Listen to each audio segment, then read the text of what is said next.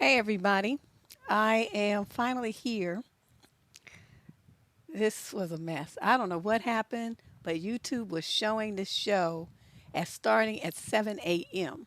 So I have a suspicion that a lot of people probably showed up at 7 a.m. thinking that was really the time, even though the thumbnail said 4 p.m.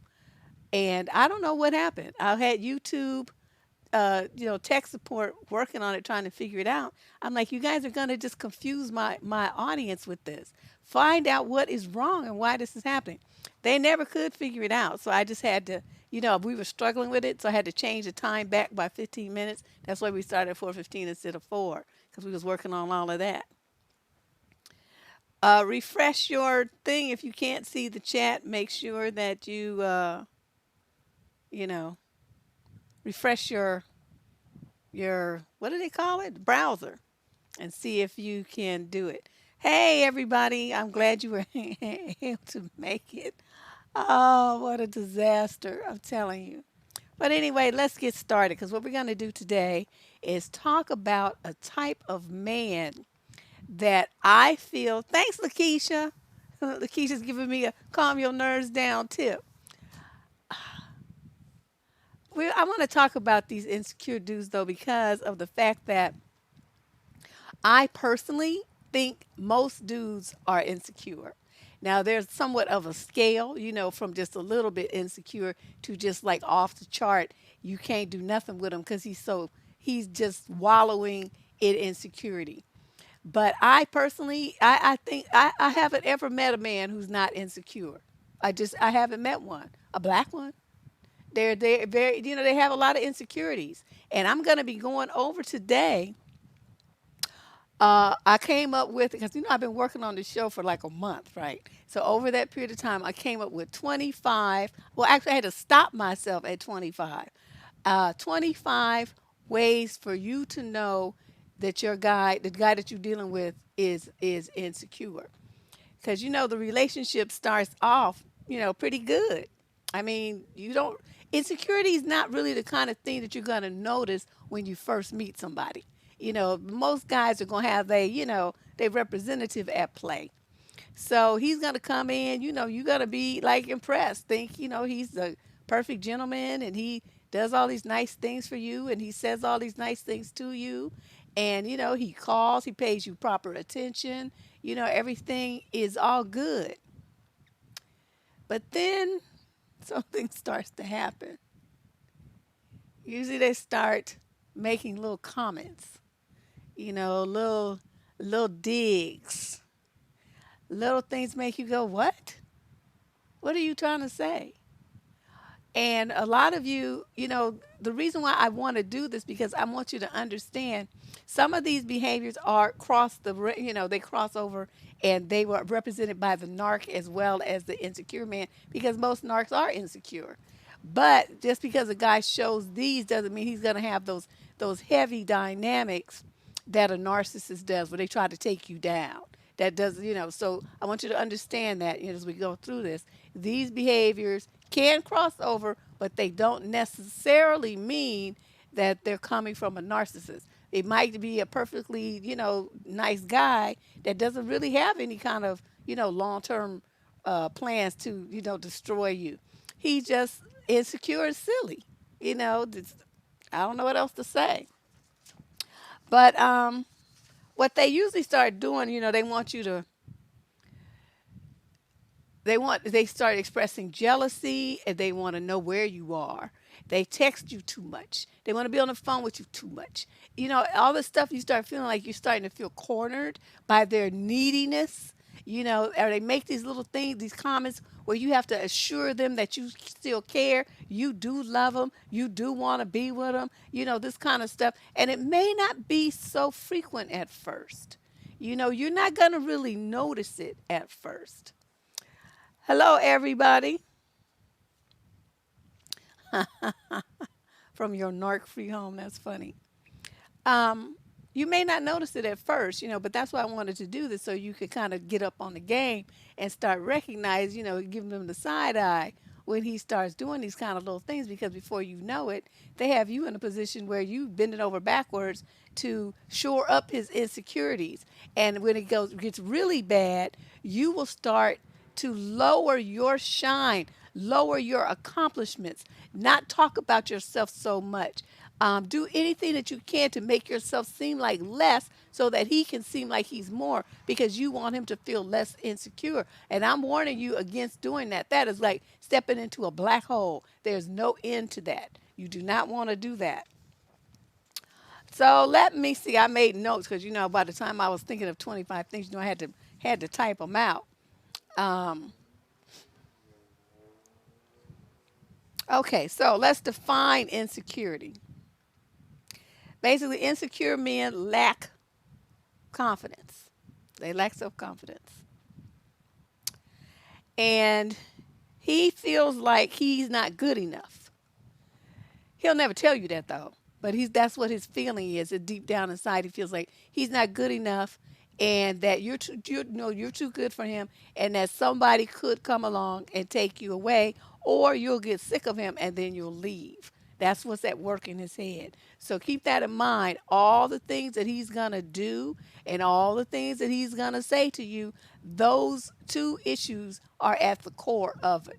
He's afraid you're too good for him, and he's afraid somebody's going to take you away, slash, or you're going to get tired of him not being good enough for you and you're going to leave him. Okay? Oh, somebody's in here testifying.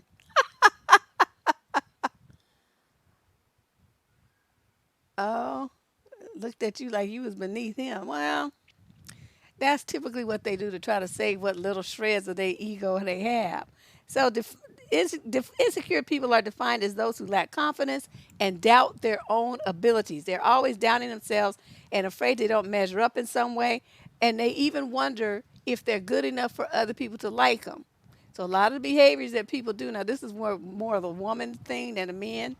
You do things and don't say no and overgive and all of that because you want people to like you. Guys will do it too, but it's slightly different. So let's go into my list. Look at all these sheets of paper. I was a typing fool. Robin got her wine. You guys kill me. Oh, thank you, Chronicle. It's good to know that all this work is actually helping people because, sometimes I'd be like, oh, I'm so tired. Okay, so here are Deb's list of 25 tips to know that you're dealing with some insecure idiot. All right, number one, almost as soon as you start dating dude, he decides that he loves you. He tells you he loves you. He don't even know you yet. What is it that he's loving so much? Well, the reason is they want to be immediately in a committed relationship because that makes them feel more secure. They feel like, you're their woman now. You're not just, dating. You have like you're a thing, you're an item, you're a couple. Um, and they will pressure you very often to say, like they'll say they love you, right? And they will, do you love me? Well, most women are, you be sitting there like stunned, like what? What you talking about, Willis? And so of course you don't want to say you love him back. You've been dating this fool for a week. It's like I don't even know you yet. What are you talking about? Oh, you fell for that? Uh-oh. You guys don't have to put all your business in the chat. But, I mean, if it was a long time ago and you don't care, I guess it's fine. But these are the kind of dudes like you go on a date, right? And you want it to end. And they want to keep, the date to keep going. Now, that might be okay for a little bit, but you be trying to be what was supposed to be a 1 hour date ends up being an 8 or 10 hour date. That could be problematic. That could mean something. It might be he's really into you. You got to go with the vibe, But if you feel like you want it to end, you ready to go, and he keeps pressuring you to make it last longer, and has like this anxiety about it. It's not like you two are just having such a good time together that it's the fact that you don't want it to end is a mutual decision. That's different. That's not what I'm talking about.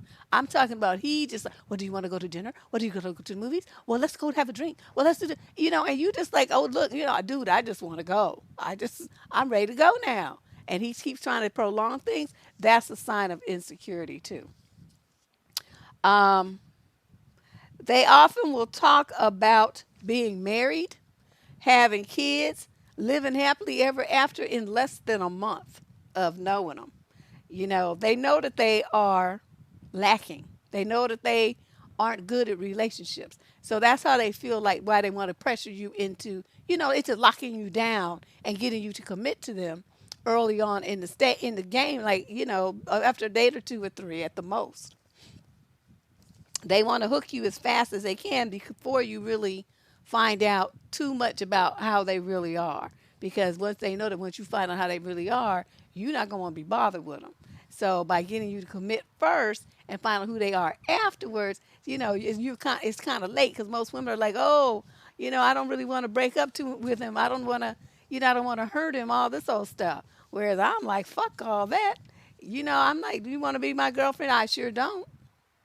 You guys, come on now. You got to get yourself together. He told you on the first day. Well, like I said, a lot of dudes will feel it. My dad said that about my mother. As soon as he laid eyes on her, he knew that he was going to marry her, and he did. But he had enough sense to wait, and because he didn't want to scare her off. Now, you guys, I'm sure were older, because my dad was like older than my mother. When he first met her, she was only like 18 or something, and he was already in his mid 20s. So, he wasn't about, you should be looking at him like, you old man, get away from me. And so, he knew better. So, but, that does happen, Tracy. But like I said, it has to be a mutual thing. It can't be one sided. Okay, that's when it's one sided and they start pressuring you. That's when you have a guy who's insecure. All right. So that's number one. He tells you he loves you almost out just like immediately. Okay, number two, he will set himself up as your fairy godfather. Now, I have a video on here talking about the fairy godfather game. I don't remember what it's called, though. But anyway, he's granting wishes, but he's smothering you at the same time. So you say, oh, you guys are window shopping or whatever. Oh, that's such a beautiful ring, beautiful whatever. And the next thing you know, he buys it for you. Oh, look at my stupid vacuum cleaner's breaking down. And then the next thing you know, he got you a vacuum cleaner. And not just one from like Walmart or Target, like some, fantabulous $400 or $500 thing. So then you was like, okay, he's just doing too much. He's doing too much and he's doing it too soon. But you start to wonder, okay, is this guy just very tuned in to my needs? Is he, just want to make sure that he takes good care of me? He's showing that he can be a provider. That's how most of us are going to, perceive it at first. But you have to really think about it. If it's coming on too fast and too much and it's too expensive and it's happening so often, you feel kind of, you're starting to question it. That is your sign, the signal that you are aware that he's buying you stuff to try to buy your affections and your loyalty. And those of you who are now all into material things will get pulled into this game, and before you know it, you get stuck with somebody who's stupid. So that's why, a lot of times you don't, they want to give you stuff. You say, no, thank you. I don't think our relationship is, to that level yet or something along those lines. It's not like you blowing them off completely, but you want to pace the relationship. If you have any doubts about that, for February of this year, hey, thanks, Mick Monroe. I put an L in there, sorry. Oh, yes. It's for February this year. The first video was how you could learn how to pace a relationship by watching zombies. I mean, the concept was silly, but it got the point across. So that's what you want to do if you got a guy coming in like gangbusters, trying to buy you all this stuff. He's trying to buy you. And he feels like then like he's invested all this money in you and you owe him something. Be very careful of that trap. Like I said, if you're a material girl, this is very easy for you to get. Oh, Faith, thank you. The video is called "The Fairy Godfather Selling Wolf Tickets." Luckily, I have people that know more about what I have on my channel than I do. I mean, it's like, yeah, I remember it, but the title I couldn't even tell you. It was probably 200 videos ago. Okay, so you think about that. These people trying to buy your love and buy your loyalty and trying to guilt trip you by giving you all this stuff into not leaving him. That is the major tool of an insecure man. Narcs might do it, but usually they out for what they can get out of you. So it's a little bit different. And like I said at the top of the show, you can have an insecure man who is also a narcissist. But just because he's insecure does not mean that he's a narcissist, okay? But every narcissist has insecurities. That's how that works. Yeah, that's very nice. Thank you, like you guys. Okay, let's move on to number 3 because we got 25. I told you I had to stop at 25 because I could have just kept going. I kept thinking of new ones, and I said, okay, let me just stop because this would be like a 16-hour show. I just like not trying to do that. Okay, so number 3 is you seem to be his only friend and the only thing that he's interested in. It's like, dude, you don't have no friends. He don't have no buddies to go drinking with. He don't have no buddies to go to the gym and work out with. He don't have no buddies to go play hoop with at the park. He don't have no friends to talk to on the phone. He don't have no hobbies. He don't have nothing. He does nothing but want to look at you, call you, text you, talk to you, be up under you. Even when you're not together, he's mad about it, which I will discuss a little bit later. Or he's sitting around thinking about you, wonder what you doing, where you at, who you with, why you haven't called him, when you gonna call him, when he can see you next time. It's like he becomes obsessed. Oh my God. And it's like, dude, get a freaking life. And so these guys tend to, like for a woman who's free spirited and got a lot of stuff going on and is curious about life and has a lot of friends and likes to go places and do stuff, this dude is a straight anchor pulling her down underneath. And it just never going to work. It never, no matter how much she likes him, she's going to eventually get sick of him and need some space. And they don't want to give it. Part 2 and part 3. Well, that's a possibility because I sure did think of some more. But I made my stealth stop. He doesn't participate in any clubs, any civic organizations, no fraternities, no, he play no team sports. He don't do nothing. So that's a guy, that you really have to understand is very insecure. It's like he can't let you out of his sight. He doesn't trust that, you won't find somebody else. That's what his concern is. He wants to occupy all your time so that you don't have time to look for nobody else. Number 4, he's constantly worrying about other people's opinions of him and therefore, you know, secondarily of you. He worries about what other people think, what other people say. He's very focused on that. And I remember when I was on this raggedy little TV show station here called Soul Beat. I had a show there, and it was popular. I'm not saying it was like a raggedy show. I hired my own staff and everything. It was a pretty slick production. And around Oakland, during that time, everybody, who watched the channel knew who I was. So I would go out, and it was like, you'd be like a rapper. People want to come up to you and talk to you and all this old stuff. It was interesting, but kind of scary too, because a lot of times be with my little daughter, and here come people bum rushing you. That was kind of creepy because I didn't have like bodyguards or nothing. And so this guy that I knew at the time, I was at this popular nightclub called Jeffrey's Inner Circle, and I was just walking around schmoozing people. And he was, I wasn't dating him. We went there together, but I didn't know it was a date. I guess he thought it was.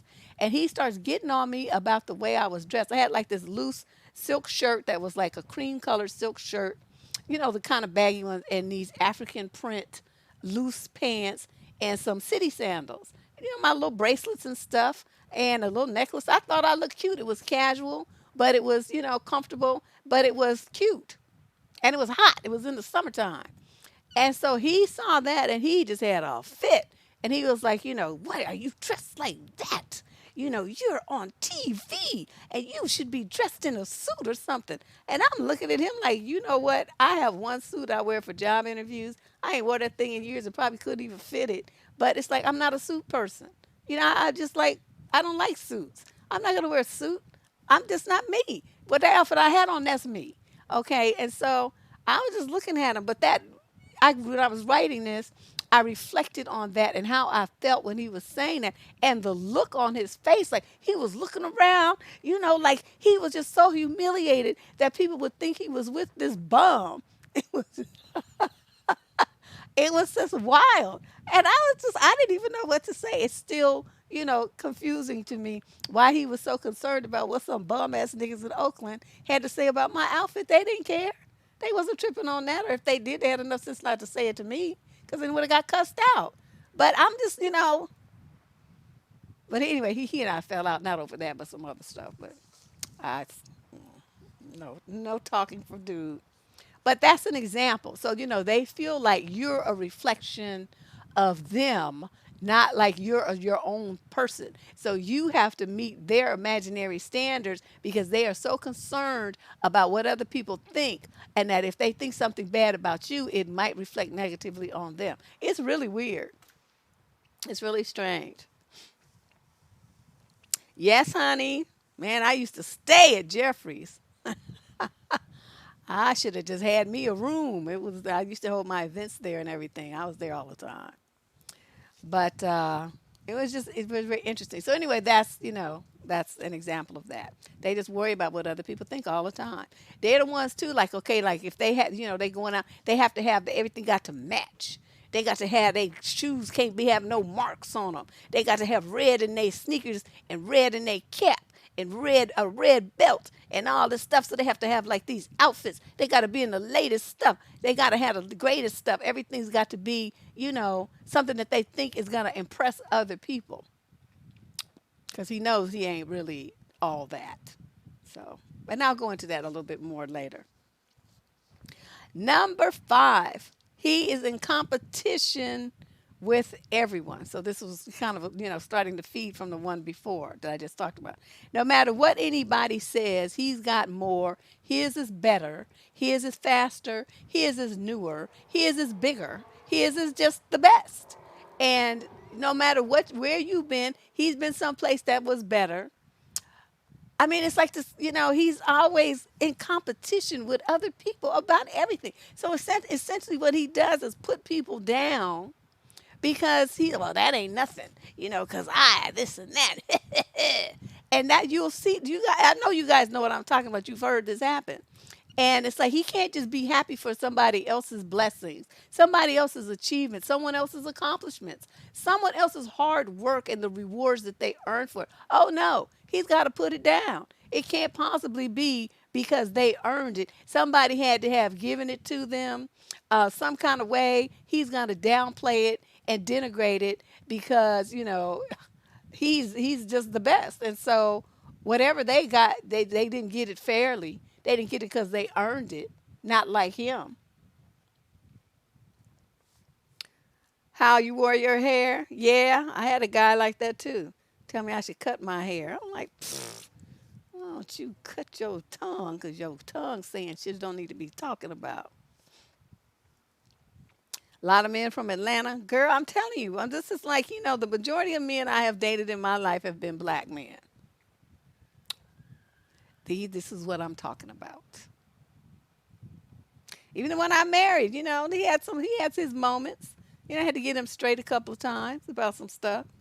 But in general, he was on the lower end of the spectrum. But he still had it. That's what I'm saying. I have not met one black man yet who does not have major insecurities. Not one. Even my own daddy. He had some too. So as you get older, you learn about these things and then you can see certain behavior patterns. That's just, I haven't met one. Okay, so yeah, he knows people that everybody he knows has more money, they're more famous. He hobnobs with stars, whereas you only hobnob with I don't know, whatever, like local rappers or something. He knows international rappers. You know, you've been to Chicago, well, he been to Paris, but you've been to the beaches in whatever, and then, well, you know, I went there, plus I went here, and there. You know, it's always this one-upmanship with him.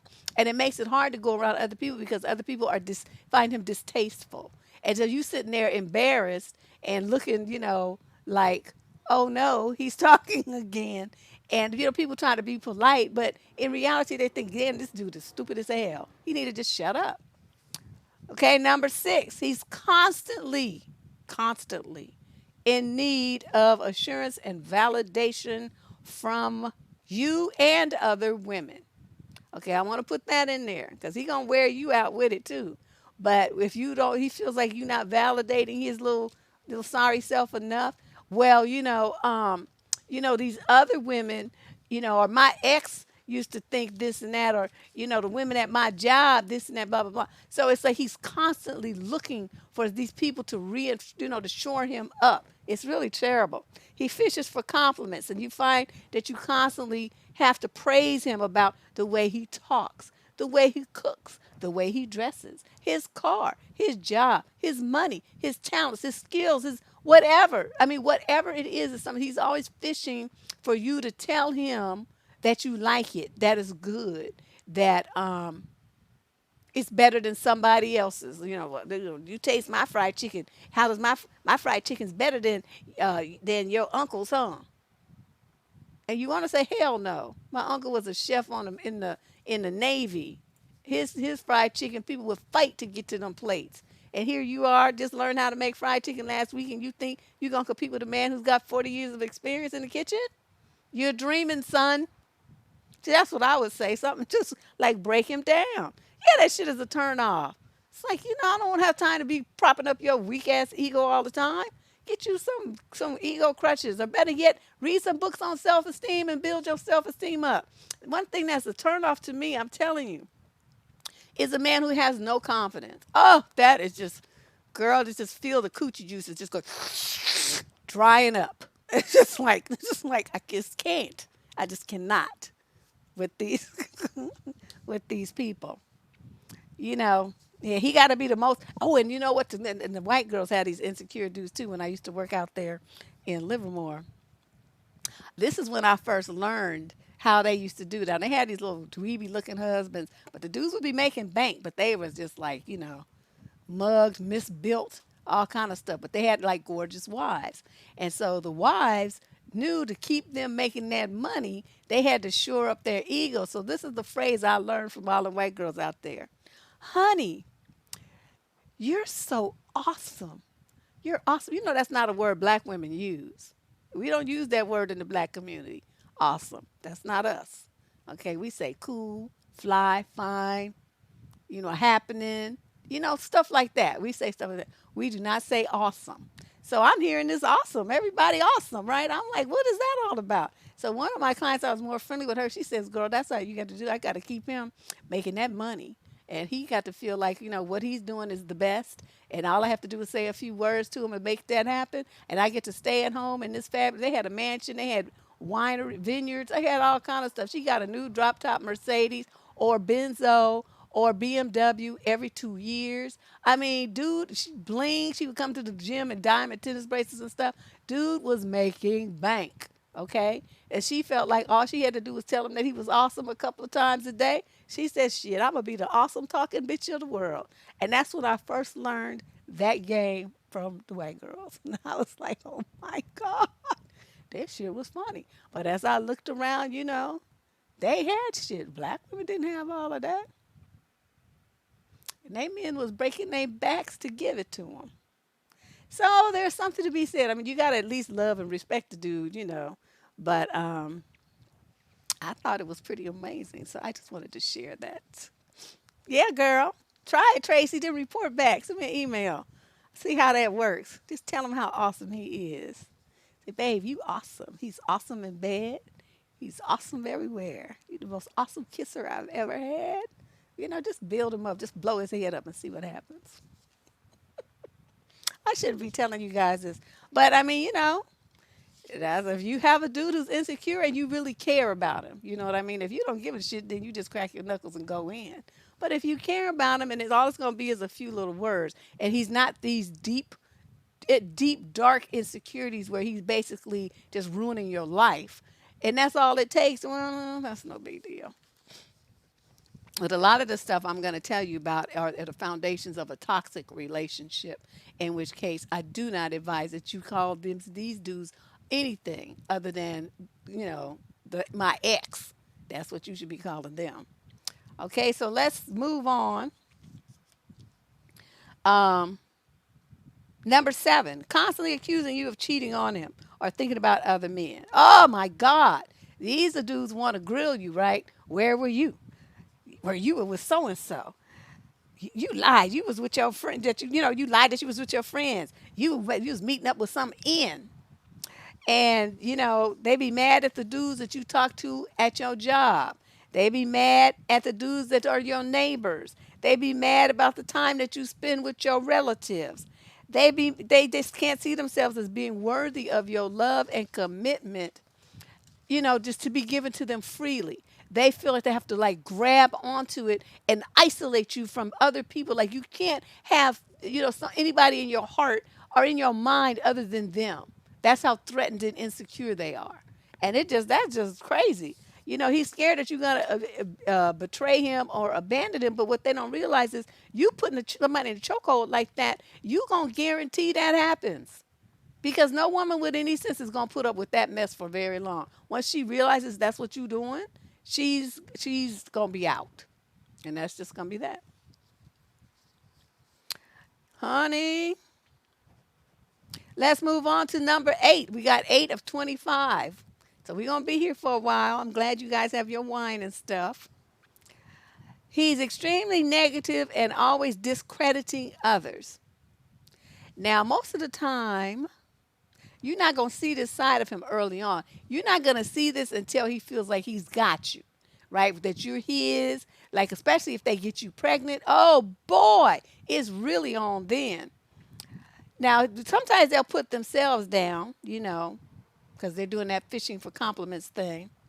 But generally, what he's trying to do is make himself feel superior to other people. So what he's doing, he'll say something like, nothing's gonna work, everything's gonna fail. There's no benefit to anything. He doubts his own abilities and yours too.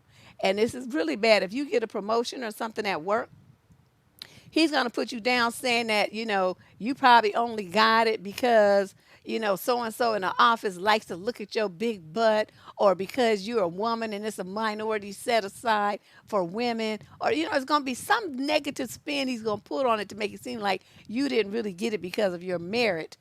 You got it because of something, stupid. And for men, like if another dude, um, he's always talking about gay dudes. Like he's always assigning somebody gayness. Anytime he sees somebody, he's like, oh, that dude probably gay. Nah, nah, nah. You got somebody who's insecure and uncomfortable with his own sexuality. So he's projecting. Because straight dudes who are confident in themselves don't be bothered like that. They don't say anything about anybody. Lesbian, gay, straight. I mean, they don't be talking about it. They too busy trying to figure out how they going to get some of your booty. Okay, so they're not really tripping on what other people doing, especially men who like other men. So you got somebody who's always saying that, thinking about that, talking about it. You can bet you got a dude who's got some question. You got some question marks after dude. Let's look at number 9. He's hypercritical. He picks apart and is disapproving of everything about you. Again, these things don't start right off the bat. Remember that. So these are not kind of thing you're going to find out about him pretty much until he's comfortable with you. Now, I've told you guys a few situations where I was on the first date with a guy he couldn't even hold back. He was going to be telling me about, remember the one about my eyebrows? Well, you should tweeze your eyebrow. I'm looking at my eyebrows. They not bushy and crazy looking. I don't know what he was talking about. And, but he's like, you should do your eyebrows. So he got cussed out. That we couldn't even finish our first date. We had just got the menus, and he come out of his mouth with that, threw that shit down, and got my purse and left. Cause I already knew where this was going, and I was young then, so it's like you recognize the direction somebody's trying to go to try to tear you apart and try to put you in a position of defending yourself, standing up for yourself, or feeling bad about anything about yourself. Then you got that motherfucker gotta go, like on the spot. He gotta go. First criticism out your mouth. I didn't ask you for your goddamn opinion. You don't tell it to me. I don't care what you think. Who told you could think anyway? No, I didn't give you permission to think. But I'm just saying, I don't like that. You're not going to say shit about me. But that's what they want to do. They want to belittle you, and they look for opportunities to put you down. They criticize the way you spend your time. They criticize your accomplishments, your hobbies, your interests, your job, your parenting skills, your kids, your cooking, anything. Anything that they can find to say something nasty and negative about and make you feel bad about yourself, they're going to say it. They're going to never be positively impressed by anything that you do. They're going to be like, oh, well, you act like it's a big deal. Well, you ain't the first one to do that. That kind of stuff. Why? Because he's insecure about himself because he knows he couldn't do it as well as you do. So he got to try to make you feel bad. Lower your boom so that he can, stand on your head and feel better about his trifling self. Number 10.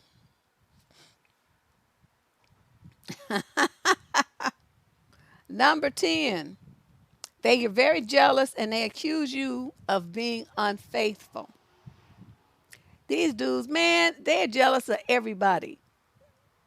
They are jealous of everybody. They jealous of your friends, the time you spend with them. They're jealous of the conversations you have with them that exclude them. They're jealous of strangers. That you just, you walking down the street, you just look at people just because they're there. That doesn't mean that you want to get with them. You're just looking because you got two eyes, and that's what eyes do is look at stuff. Oh, he just goes crazy. Why are you looking at that motherfucker? You know.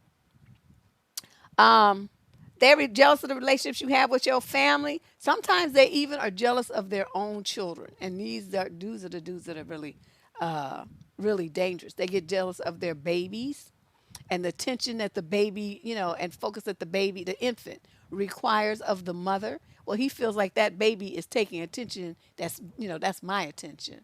Those are my boobies. That's my lady. That's not yours. And so they in competition with their own babies. It's some amazing shit. I've seen it. Yes, honey. They're all annoying. Everybody on this list is annoying. He doesn't like you to go to happy hour because then you be having too much fun without him. He don't like you to be out shopping with your friend. He's jealous of every platonic male relationship that you've ever had, even if it's somebody that you've been friends with since you all was in diapers. It's more like a brother than anything else, a family friend, somebody you grew up with. He got women, you got men, but he's still jealous of him anyway. He's jealous because that person knows more about you than he does, and you have a past with that person that you don't have with him, and so he's jealous of that. It's just so stupid.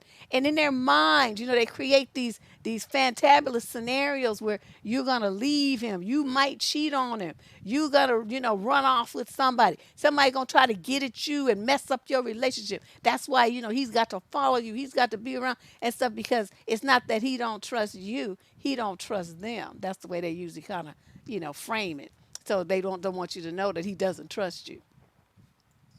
It's just amazing. And remember, the other day, Black Beauty was talking about how she tried to introduce dude to a guy from her office that brought her boxes down, and he's like, I had time to be meeting no new nigga, and then he accused her of showing her teeth to everybody, and that's one of the dudes you was showing your teeth to, and all this kind of stuff. See, just straight jealousy and very insecure. And they don't believe in themselves. They don't believe that they're attractive enough or lovable enough that you could really, care about them. So they feel like, you're just there because of whatever reason you are. Or sometimes it's just they money, or you lonely, or you need somebody to help you with your kids or something. They reduce it to some stuff like that, not realize you were taking care of your children before you met him. You're going to be doing it when we get rid of his ass. And so what are you talking about? That doesn't even make any sense. And those of you who, he manipulates you into curtailing those other activities or those other relationships because you feel like, well, I don't want to hear his mouth, so I'm just not gonna go, or I'm not gonna wear that. I'm not gonna call that person. Because he's gonna pout. He's gonna be flipped out. He's gonna do this and that. And that what you end up doing is basically feeding into it, and you think that that's gonna satisfy him, and that's where it's gonna end. You have just created a monster. You never give in to what they're talking about. They say, I don't want you to go out with your friends. You say, well, who asked you what you want? I do what I want to do because I'm grown. Nothing I'm doing is going to hurt you or this relationship, so stop it. And then you go out the door. You don't feed into their stuff. And that's the thing I think a lot of women, the mistake that you make, um, you you get afraid of him being mad at you because you think if he's mad at you about seeing your friends and stuff, that he's gonna leave you. If your motherfucker is that insecure that he wants to leave you about that, let him go. Okay, you are entitled to have friends in a life, ladies. You got to stop with this coddling these men stuff. Okay. Number 11, he's distrustful of himself. Now, what this means is when you guys have a guy, he'll talk about how he'll say stuff like, oh, nobody's ever loved me. I'm stupid. I can't do nothing right. I'm not worthy of that. Oh, I don't know. I don't think I could do that because, I don't know how to do that. He has these things where he just doesn't trust himself. He doesn't trust himself. He doesn't feel that he can be successful at anything. So he basically pegs himself as a failure and a loser. So sometimes they don't even try to do anything because they're afraid of failing and afraid of what people are going to think about them and say about them if they fail. So they lock themselves into this mental prison of fear and insecurity so they don't try anything to be successful. They don't try anything to be better, to be greater, to achieve more. Won't do it. They just stay just where they are. And he would be staying right where he is while I left. Because that just would not work for me. Um, yeah, and no matter what you say to these guys, you gotta be trying to, shore them up. Oh, baby, you can do it. You can do it. I'll help you. This and that and blah, blah, blah. And then you end up doing the whole thing with your codependent ass. That's not how you do anything for a man. You don't do shit for a man. If you're confused about that, I have a video on that. Now, that one I remember, Robin. Why women should never help a man. You don't never help a man do nothing. Okay, unless he's paying you. Then you do it. But, just thinking he don't want to he don't know how to do it, so I'm going to help him. What is he can't read? He can't go research and find out? You going to step in like his mama, taking care of him? Don't you ever do that. So, this is just a manipulation tool. And if you got a man who's he feels like he's that much of a loser and a failure, what the fuck you doing with him? He going to drag you down. You're going to be with somebody that don't trust themselves and don't feel like they can do anything successfully. Damn loser. I don't want that. Yeah. I don't tell them nothing. They talk about they can't fail. I said, well, if you don't believe you can, you probably right. You know yourself better than me. That's what I just flipped that shit right back on. You're not going to say I said nothing. I know that game because you started, whether you agree with them or whether you disagree, something about it is going to be flipped around to be your fault, and I'll be talking about that in a minute. Okay, number 12. He constantly threatening to break up or make you prove that you love him. They see things like, I don't feel wanted in this relationship. Or you don't know how to treat a man. That the brothers be wearing us out with that one. You black women don't know how to treat a man. Or you should be with somebody else. Or you don't want me. I'm leaving. Or I don't think you really love me. You just want me for my money.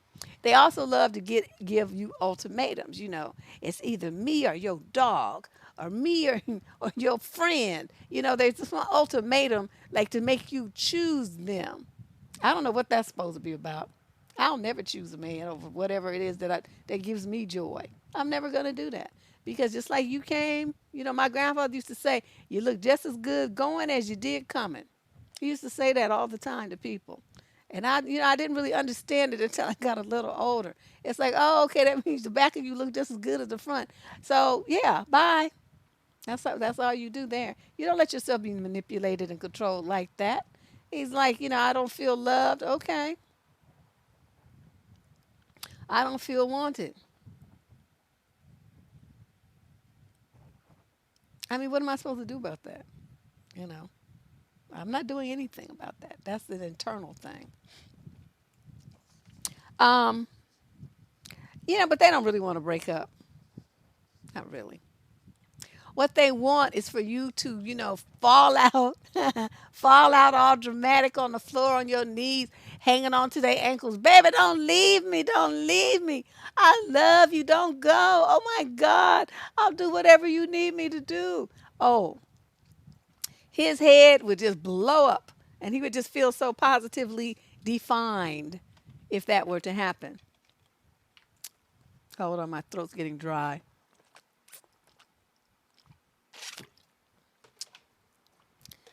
Oh, these guys, they're just too much.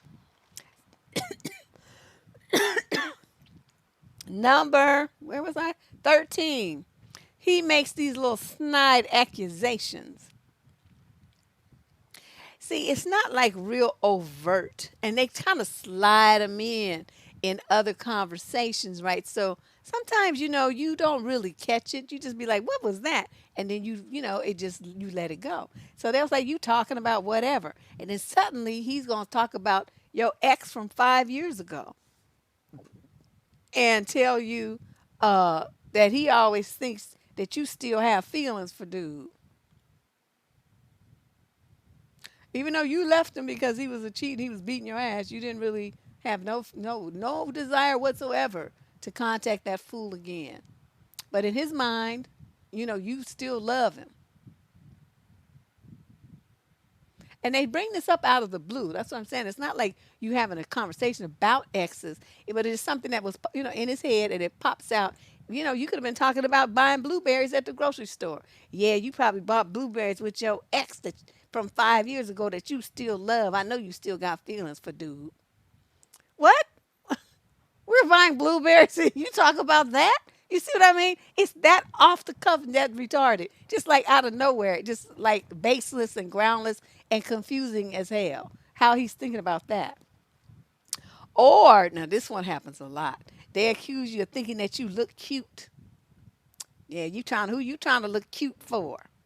Who you dressing up for? And that kind of stuff with this. It's like I dress up and look cute every day. What are you talking about?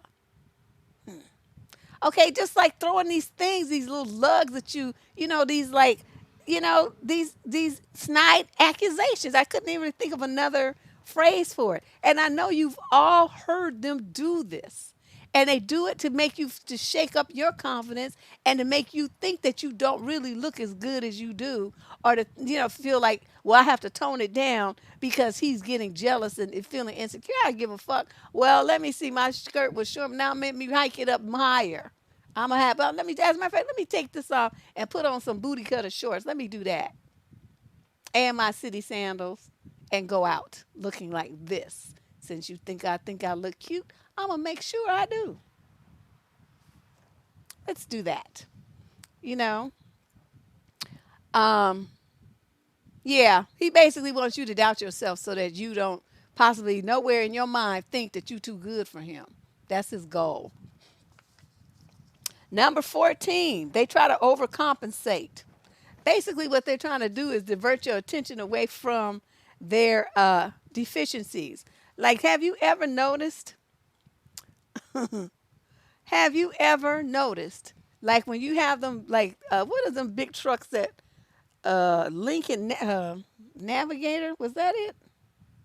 Them big trucks everybody was driving. Hummer. That was it. Hummers. Why is it everybody who had a Hummer was like 5'2"? That big old thing that looked like an army jeep. And everybody that had one that I ever saw that had one was some little twerpy dude driving a Hummer. What you're trying to compensate for the fact that you have little hands, little feet, and you're short. Okay. you can't compensate for that with what you have. Or these little dudes, they're not cute. They mugged. They got to have like a Ferrari, Lamborghini, Porsche, Corvette. Even though that's just a Chevy, that's not really a big deal. But I mean, in certain circles, people like those like vintage Corvettes. Those are worth something. Um, or they like to, they want to work out at the gym, so they have like, all the muscles. As long as you're looking at his body, it's cool. See, to me, it's like 50 Cent. He got a nice body. I'm not gonna hate on dude. But once you go above the neck, it's bag time. You are not cute. Or dudes are always bragging about themselves. Like no matter what you talking about, oh well, I know about that because, I have a master's degree. I have an MBA from Harvard. I have this, I have that. And so they're going to try to slam you over the head with their superior knowledge, and that's why you should listen to them because they know and other people don't. Are they talking about their career achievements? Are they talking about, what they have, even though they can't get a woman to save their life? Yeah, face. You know what I was alluding to. I was trying to be delicate, but you know,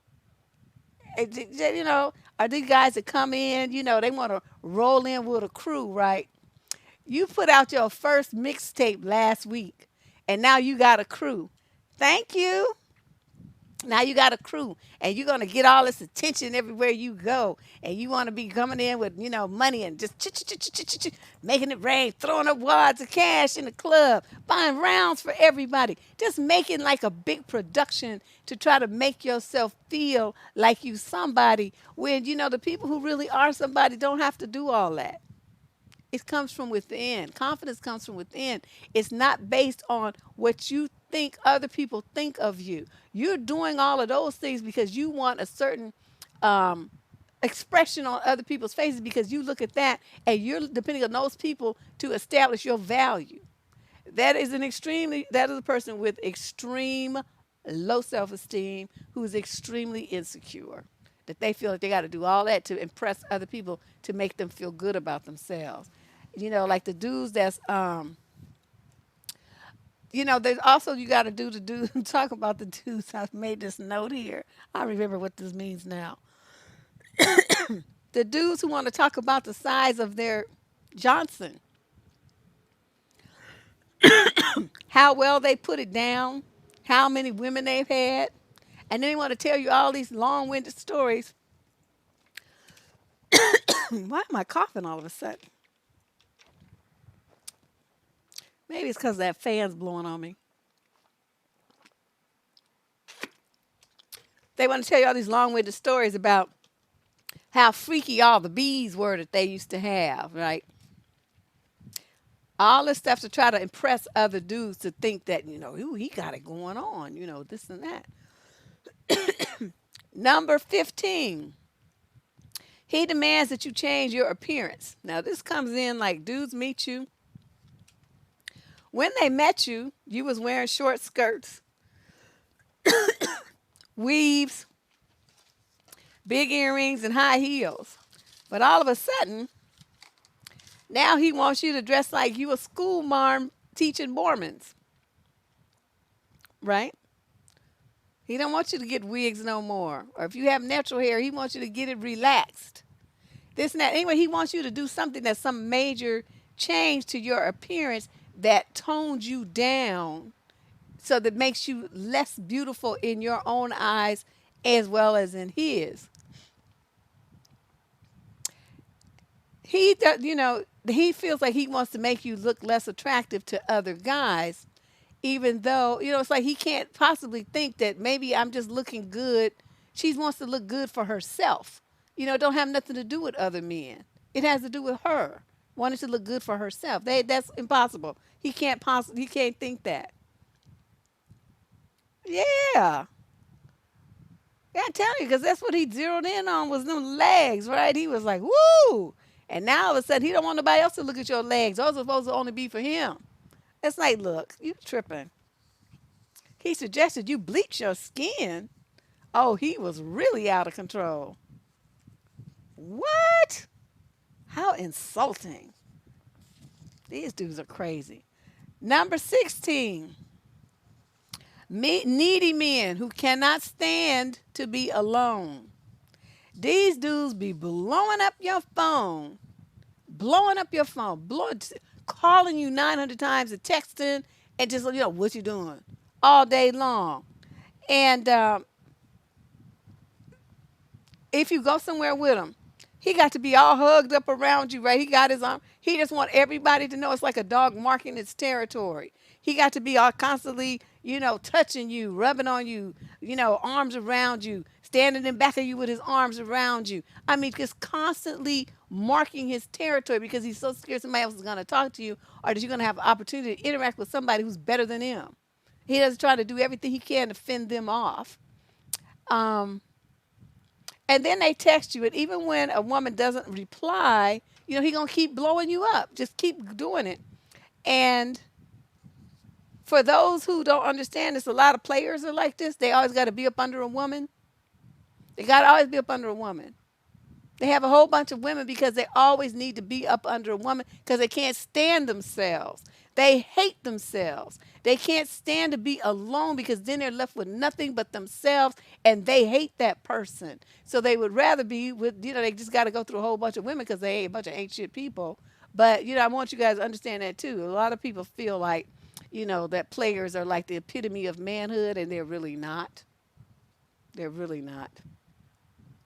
Number 17, materialistic dudes who always want to show off what they got. These are the ones that's going to stand in line to get the latest Jordans, the latest iPhone. They just got an iPhone 6 months ago, but now new one's coming out, so they tossed that one, and then they got to get the new one. So they got to always have something that they feel like makes them better than other people, that's more unique, more special. What they have defines them. You see this a lot in the ghetto. These hood niggas living in the projects. Got Section 8. All kind of stuff happening. But on their feet are the flyest shoes. On their back are clothes from the boosters with everybody's name on it but theirs. And as they hit the street, they feel like the way that they look somehow elevates their status when they should be saving that money so they could get out the damn hood. The thinking is backwards. But, if you're very materialistic, that's what you want. You all this gold, people be wearing all these necklaces, rings and stuff, got to have all the jewels and all the stuff. They got to go put a lot of stuff on their car, based on their car. I remember that, one time I met this little girl. Well, I did this couple, right? And the mother wanted a Mercedes. And her little daughter was in the car with me. The lady got out I think going to the ATM or something. And her daughter's like, yeah, we're going to get a Mercedes because then we'll look rich. She said that. She was about 7. And I remember looking in the back seat like, what the fuck happened here? How did this child get this kind of value system? And she's not even 10 years old yet.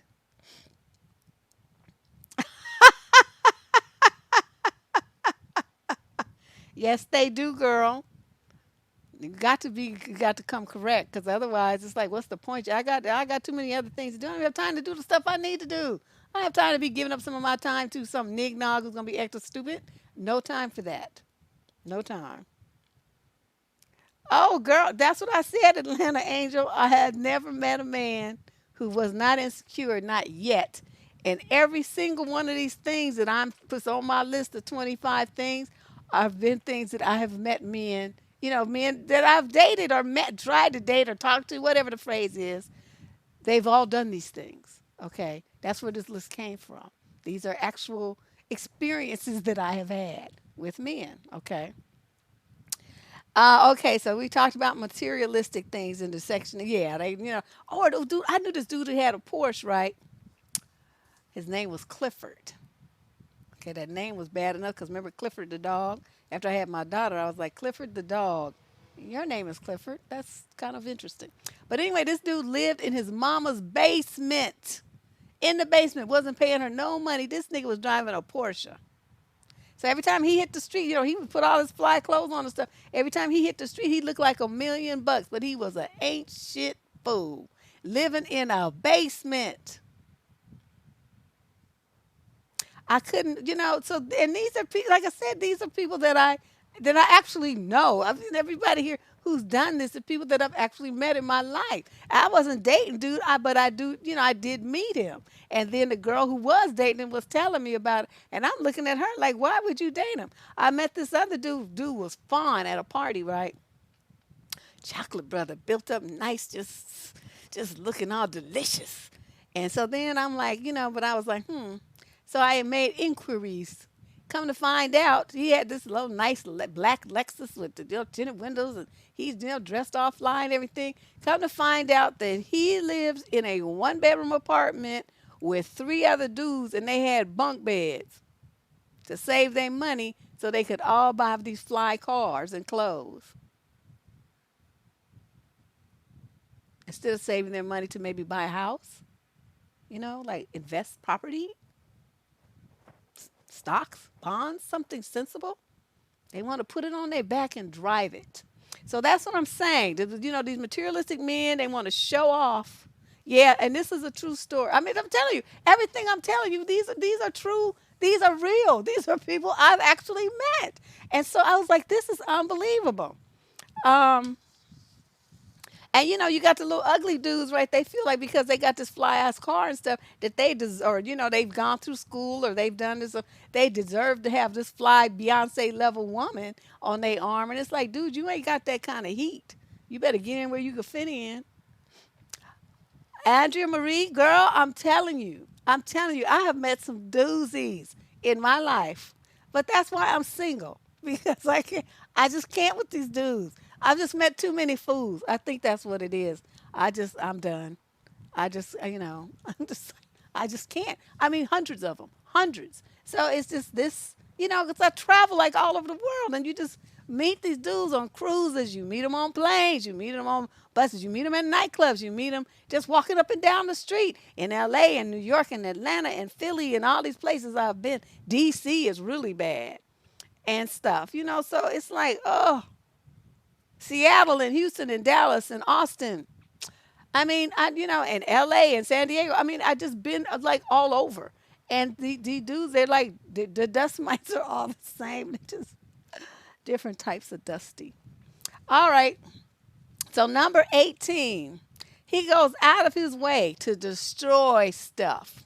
They go out of the way to destroy relationships, your jobs, your hobbies, your interests, your friendships, your family relationships, anything, anything that he thinks is that you're going to pay more attention to than him or that's going to elevate your status. Now, let me explain this.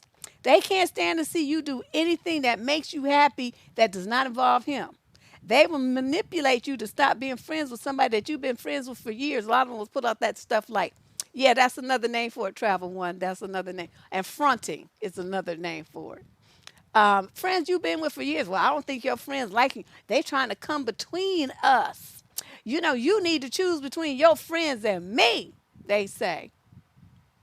Most of you choose him. That is a mistake. Should always choose your friends. You definitely always choose your family, unless you got ratchet relatives. But other than that, you got people in your corner that's always been there for you, but suddenly they ain't good enough to be there because he's here. Wait, what? No.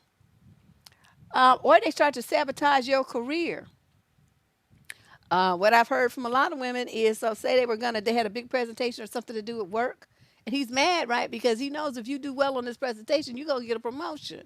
You get a promotion, you're gonna make way more money.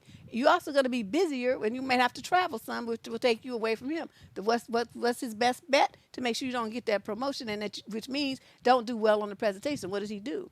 He keeps you up the night before, and you should be rehearsing your presentation, arguing, calling you names, fighting, threatening you with the relationship, all kinds of stuff to make you exhausted and divert your attention away from what you're supposed to be doing to destroy your chances for being successful the next day when you were supposed to deliver your presentation. So you flub your way through it. Your boss is disappointed. Of course, you don't get the promotion. You're disappointed in yourself. He's gleeful because his work here is done. So you guys got to be careful about that kind of stuff. They also do that when you're trying to go to school. They'll keep you up arguing so that you don't do well on tests. You don't turn in your papers. They'll lose your papers, lose your books, all kinds of stuff. Take the car so you can't get to school on time, miss the test, all kind of stuff they do to sabotage you. And the worst one that they do is for these young girls as like looking at a lot of promise in the future. The number one way that they'll mess them up is get them pregnant. So you sending your daughters off to college and you ain't told them nothing, and you don't have them on no birth control, and you know they're virgins, and they get out here and imagine that they in some imaginary love with this little knucklehead, and you ain't giving your daughter the tools to protect herself. She's gonna come back pregnant and fucked up because you set her up to do that. You set her up to run into one of these little insecure knuckleheads that wants to clip her wings and fuck her up because he doesn't want her to be better than him. He doesn't want her to be greater. And if you come from a family that's got some money, you can bet he's going to get his hooks into her because that's where he going to know he going to always have a place to stay. Wherever his kid is, he going to always be able to come and stay there with his baby mama because he going to want to be, well, let's be a family. All that old dragon drama. They like to play that. Yeah, they get you pregnant on purpose. That's why I, be telling these little girls, these parents, get your daughter on some serious birth control, the shot, or implant, something before she goes off to college. Even if she ain't fucking yet, get it anyway, because you just never know. And the dudes even had a bad habit. They don't want to wear condoms or they be stealthing these little girls, so your daughter's all innocent and don't know nothing. And you send her away like that to be on her own for the first time in her life and she don't know nothing. That's just criminal. These parents should be slapped. Three Stooges style. You know how Mo used to line up the other ones and go all down the row and then back? The parents. Okay, number 19. Oh, wait, I'm still on 18. I have one more comment I noticed here. I knew a lady who was trying to go to nursing school, right? She was trying to go to nursing school, and she always wanted to be a nurse. It was like her dream. And her husband would sabotage her all the time. And you know what his biggest fear was? She told me later. His biggest fear was that if she became an RN, that she would be working in a hospital and she would meet a doctor and then she would leave him because could get with a doctor who would be smarter, more educated, and make more money than him. That was his number one fear. So what did he do? Just like I said earlier, they sabotage your foundation. So the only way he could keep her from being an RN and leaving him for a doctor is to make sure she didn't become an RN. So he fucked with her all the time. He used to beat her ass too, so that she couldn't even go to school. She'd be having black eyes and stuff. I mean, dude was a piece of work. And so, yeah, she told me all of that. I was like, what? Yeah, it happens a lot. But, that's why these parents have got to get better about telling their daughter, taking charge of shit for their daughters. The daughters don't know nothing, especially you weak-ass parents haven't told them anything. You sending your daughters off to school because this is going to be what happens, this fall. Well, if Rona lets people go back to college. But, it's just unbelievable. It's unbelievable. Okay, number 19. We're going 19 of 25. Hopefully my voice will hold up. He inserts himself everywhere in your life. He doesn't want to give you any space to just be. Like you just want to sit around at your house and read a book without breathing the same air that he breathes. He don't like that. He has to be doing what he wants you to be doing. You just want to do your nails or shave your legs or get around with 3 of your girlfriends or something. Y'all just sitting there having like a pajama party, watching some sappy movie on TV, drinking wine, eating popcorn and ice cream or something. It just 2, 3, 4 of you. You want to do that. That's your friends. You've been doing that since you was in high school. Okay? Those are your girls, your team, your crew. Y'all do that once every month or two. He don't like that. What are you guys talking about? Are you talking about me? Well, I don't think they like me. They're gonna make they're gonna want us to break up. And some of you will stop going to those things, or you tell your friends, "Well, I have to ask Roger if it's all right." As soon as a woman tells me some shit like that, I'm done with her, because I know that she's stupid. You don't ask him. He ain't your goddamn daddy. Be asking no motherfucker permission to go somewhere. Bitch, what the fuck is wrong with you? That's what I be thinking. Do I say that to my friends? No, but I sure be thinking it. And I be looking at them while those words I just said go through my head, and then I say, "Oh, I see." And then I never call them again. And if they call me, I never answer again. I ghost them. Because by that one phrase, that woman has told me that she don't have a spine. She's like thirsty as hell, and she will let a man run her into the ground. I can't have friends like that. I cannot. I can't. I just can't do it. You gonna sap too much of my strength. I need to let you stay over there somewhere. And so that's what I do. Three Stooges, girl, Mo was my dude. Mo was it. All right. Okay, so and these dudes, and they don't want you to be happy around other people, and they even feel threatened when you're having a conversation on the phone with somebody else. And if like you say you're gonna go somewhere, he was gonna have plans to do something else. You say, oh well, since you're gonna do that, I'm gonna go do such and such with my friends. This is just an example. I'm gonna do something, with my friends. Oh, well, I'm gonna cancel my plan so I can go with you. No, you're not gonna do that because I'm going with a bunch of women and they don't want to look at you. Okay? We don't want to look at you. And remember I told you about my friend, she was my best friend and something. Her husband started wanting to come to, like we would, get together and have drinks and stuff. We would do that, I don't know, maybe once every week or two. And he started wanting to come. And he was sitting up there with his big 6'2" ass, sitting up there, just all up in knee deep in our mouths in our conversation. And of course we couldn't talk about his ass because he was sitting right there.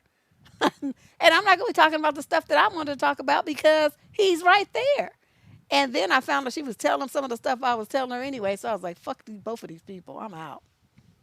You're a single woman. You having like exciting sex life things happening. So, that's my best friend. It's been my best friend for 20 years. So, of course, I'm telling her, girl, let me tell you what he was doing. Oh, that was fabulous. And it was this and that. Or, oh, that was awful. Just we laugh and I'm talking about all the stuff, right? And so come to find out she was sharing those titillating details with her husband. So when he coming to that, meeting us at happy hour, he's sitting up there looking at me, but I didn't notice at the time, and to find out later, he's looking at me, and that's probably what he was thinking about and why he wanted to go, so he could hear the dirt firsthand and get his little freaky family fantasies on. I was like, oh hell no, I can't do this. Yeah, I just like this. There's all kind of violations. You don't be telling your husband about your single friend's sex life. What is wrong with you? What would make you think that should be a topic of conversation between you and him? Y'all ought to be talking about the fucking you doing. Psh, please. Or better yet, not talking, doing it. Number 20. He flips out if you don't pick up his calls or you don't text him or call him back right away. And we've had some letters recently about that, but I've had guys like, I'm busy. I got stuff to do. Even though I'm at home, I do more work. Even when I was working, I do more work at home for myself and my side businesses and projects than I ever did on the job. I did that for 8 hours. I could spend like 2 days straight, like barely sleeping, working on my stuff because I love it so much. It's so exciting to me. It's creative and it's stimulating and it just gets me going. I love it, love it, love it. And when I'm in that mode, I'm not answering my phone. I turn my phone off. I don't respond to emails. I don't do nothing. I'm doing what I'm doing. I'm concentrated on that. And so these dudes they flip the fuck out. I called you. Should you turn your phone on? You see all these texts and missed calls and all the stuff.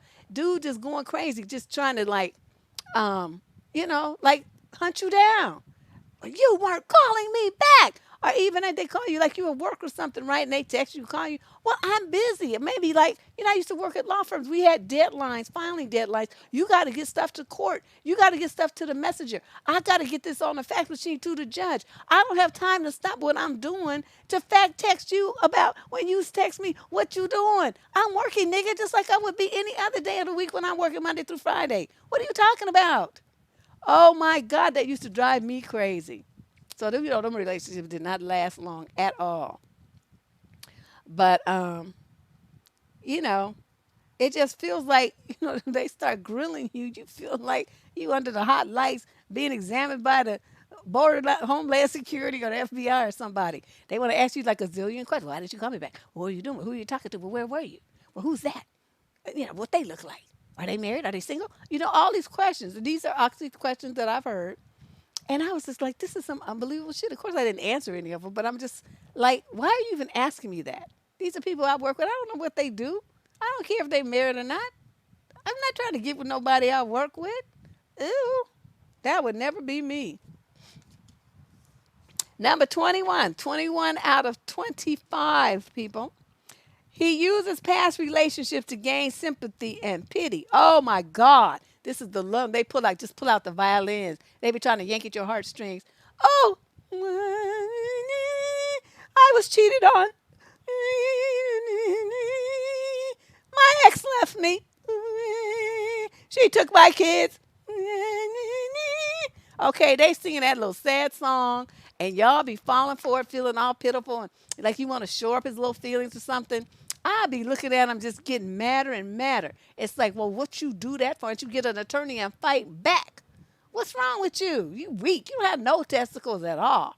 Ugh, just like, I'm just, I just don't. I don't give a damn. I don't give a fuck. I don't give nothing.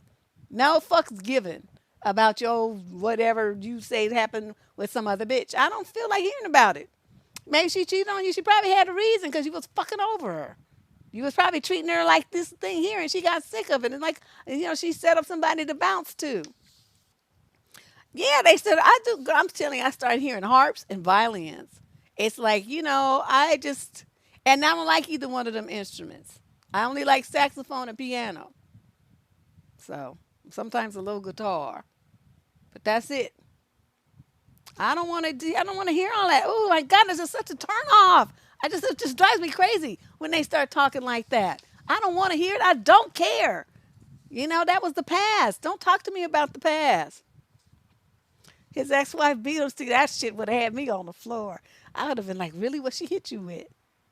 Well, how many times did she hit you? Did she do it every day or just once a week? Wow. Did you have to go to the hospital? Did you have welts? Did you get a black eye? Did your lip get busted? Was you bleeding?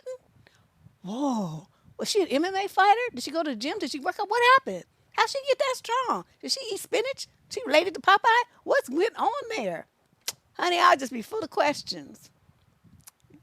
I just be full of questions. I just don't understand it. Oh, yeah, the child support one. Yeah, she put me on child support. Well, did you make a baby, nigga? Did you pay voluntarily? Well, that's probably why she had to put you on child support. Your kid need to eat, remember? People need food to survive. It's like kind of a necessity. I'm just saying.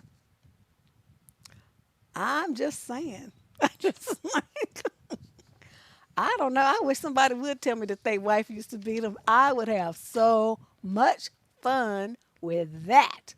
Man, I could probably make a whole video about that. We would be up in here crying. I said that at the top of the show. XX, all males are insecure. They're just on a spectrum. Some are lightly insecure. Some are just so far over there, they just if you push off a cliff because there's no coming back from how insecure they are. Okay, so yeah, they be trying to make themselves look like they're the innocent victim, whereas when you start really asking them questions, you find out that's why she left him or cheated or something. She had a reason because your ass wasn't shit. Kay Daniels, you done missed half of it, but you could go back and listen. But I still have a lot more. Even after I finish these 25s, we're going to talk about what secure people do, what secure men do. So this is going to be a long show. I don't know. I could have broke it up, I guess, but I don't want to. So let's move on. Number 22. Oh, my God. They be knee deep in your business. Just knee deep. Want to know all kind of stuff. Did I tell you about that dude I had it was like our second or third date. I don't know. He came to my house to pick me up, right? He's sitting on the couch over there. I'll never forget because I had to pull a knife on dude. And he was like, so I hung up from my friend that was calling me about sending out a thank you letter for him because he didn't have a computer. And this was a long time ago. Not everybody had computers. My ass had two. Well, I had two, and plus my daughter had one. But so he needed me to send an email, to thank this lady for her interview that day, right? So I'm getting all the information, everything. Dude's sitting on the couch waiting for us to go. And I'm in the kitchen because that's, I still had a house phone. So I'm on the phone, talking to dude. And so this nigga, so I had like a pass through from my kitchen with bar stools and stuff on the other side. He's sitting in the living room on the other side of that, in on the couch, so I could see him, through the pass through. So I put the phone down, hang the phone, put the paper down, everything, and so I'm standing by the counter facing the pass through, and it's by the stove, and there's my my knife block there, cutting board and stuff. And so he's like with this nasty tone, who the fuck was that on the phone? I'm like, what? What you tell you don't ask me nothing about who's on my phone. This is my phone. Well, yeah, it must have been one of your niggas. And he stands up and he starts coming towards me. As my daddy would say, I retched in that knife block because I didn't like his energy. His energy was threatening. And I didn't really know this guy that well. This was like, I think I said it was like our third date. And I have like this big old butcher knife, and I had it down by my side. I had this like full skirt on, and so he couldn't see. He couldn't see the knife. And so he comes over to where I am, and he's talking all this shit. I said, I want you to get the fuck out. We ain't going nowhere. And then he took a step toward me, and I pulled that knife up. I said, if you gonna get the fuck out of my house right now, I'm gonna open you up. And so he, jumped back because that wasn't what he was expecting. I guess he thought I was gonna be all intimidated or something. It's like, nigga, even if I do die, you dying with me. That's my motto. You're not gonna take me out. I'm not gonna be the only one at the funeral home. You're gonna be right there on the slab next to me. And so he just was like, you crazy, you crazy. I opened up that door and told him to get the fuck out. And he left. He was banging on the door and stuff. I said, you better get out of here because our neighbor down the hall is a cop. And so, he left and everything. But yeah, I mean, I actually had to pull a knife on this motherfucker. I don't like this man because he was coming at me crazy. His energy was just off. Considering it was just a phone call, it was nothing about him. So this is what I was thinking about, that prompted this one, point number 21. They be knee deep in that business. And a lot of them, they want the passwords to your phone. They want to scroll through your phone. They want to go through your computer. They want all the passwords to your social media accounts and your email accounts. They always ask you who was on the phone, what you say, what you talk about. You go somewhere, who was there? What was they looking like? What did they say to you? Did they talk about me? They always want to do that. They demand to see, they want to see what's on your phone, like your phone rings, right? They might snatch the phone out of your hand to see, they're looking at the phone to see who's on the phone and stuff, and then they give it back if it's somebody they approve of. These dudes be doing the most. They be doing the most. Yeah, it was scary. It was very scary, but like I said, my thing is always, when the police come, I'm going to be the one there telling the story, and you're going to be the dead body. That's my motto. It's going to be that way. I determined that as a teenager, and everything I've done since follows that path. I'm not going to be the victim. You are. I mean, we both might be, but still, I'm going to be the one that tells the police what happened. And you're just going to, I'll tell your side of the story the way I see fit. That's just going to be it. Yeah, they want to get in your house and act stupid. Oh, no. Not happening. So, yeah, they want, and plus, they want to know everything about you. Remember, I told you guys to stop telling men all of your business. They ask you all these questions. They want to know all the stuff that's damaging about you so they can use it against you later. They want to know everything about you from your childhood forward. Every person you knew, every boyfriend, what you did with every boyfriend. I mean, it's like they just be too, just like focused on your past. It's just really bizarre. And even in the present time, like you come in, well, what did you do today? Most people just say, oh, I just worked. I did. They're going to give you the light bit. And if it's something exciting and unusual, they'll tell you about that. They want to know what you did in the morning from when you put your feet on the floor after you got out of the bed. Well, I went in the bathroom and I peed. And then I took a shower, and then I brushed my teeth. That's how the level that they want to know everything so they can, like, monitor your every activity. It's really weird. It's just really bizarre. Wondering what you ate for lunch. Well, I mean, where you went, what you saw, who you saw when you went there. It's this mark. So they're so freaking insecure. It's unbelievable. I just can't do it. I can't do it. I don't want to tell you nothing. Well, where did you go today? I went where I went. Well, where was you at? I was where I was at. Well, where are you going? Where I'm going? Well, when you coming back? When I get here. You don't need to know. It's not your business. You ain't my social secretary. And you ain't my daddy. So just be quiet. And the main thing is, like if you start talking, just remember nothing that is private with this guy. He just want to be all up in your life. Some of these dudes, they even keep track of your cycle. And it's not because they want to avoid pregnancy. They just want to, I don't know. I don't even know why they want to do it. It's just really bizarre. I guess sometimes it might be so they could dip out to their other woman's house because, you're going to be off limits for that week or whatever. But, they do that. They just want to know everything about you. It's just really weird. It's like being a bug under a microscope. That's why you shut that shit down. You'll be telling everything. We're not be talking too damn much, telling me and everything. Um, and don't if you like you talking casually, right? Please don't forget something that you remember later, and you kind of feeling in it. Well, you didn't say that before. You didn't say that before. You lying. Which one is the truth? Because last time you said this, and now you saying that. And it's like, what are you talking about? It's just one small detail I just kind of glossed over or forgot or something. No big deal. Oh, no, it's a big deal to them. So be careful of that when they start wanting to think. A lot of you get flattered. Oh, he's so interested in me. He really care about me. No, he doesn't.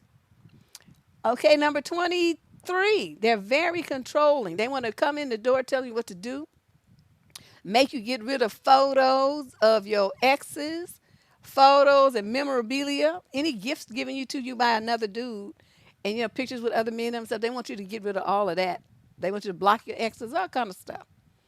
And they're gonna say that it's not because they don't trust you, but it's because they don't trust these other guys that might want to come back and ruin your relationship. That's gonna be the guys under which they try to gain this kind of control. Number 24, they want to stalk you on social media.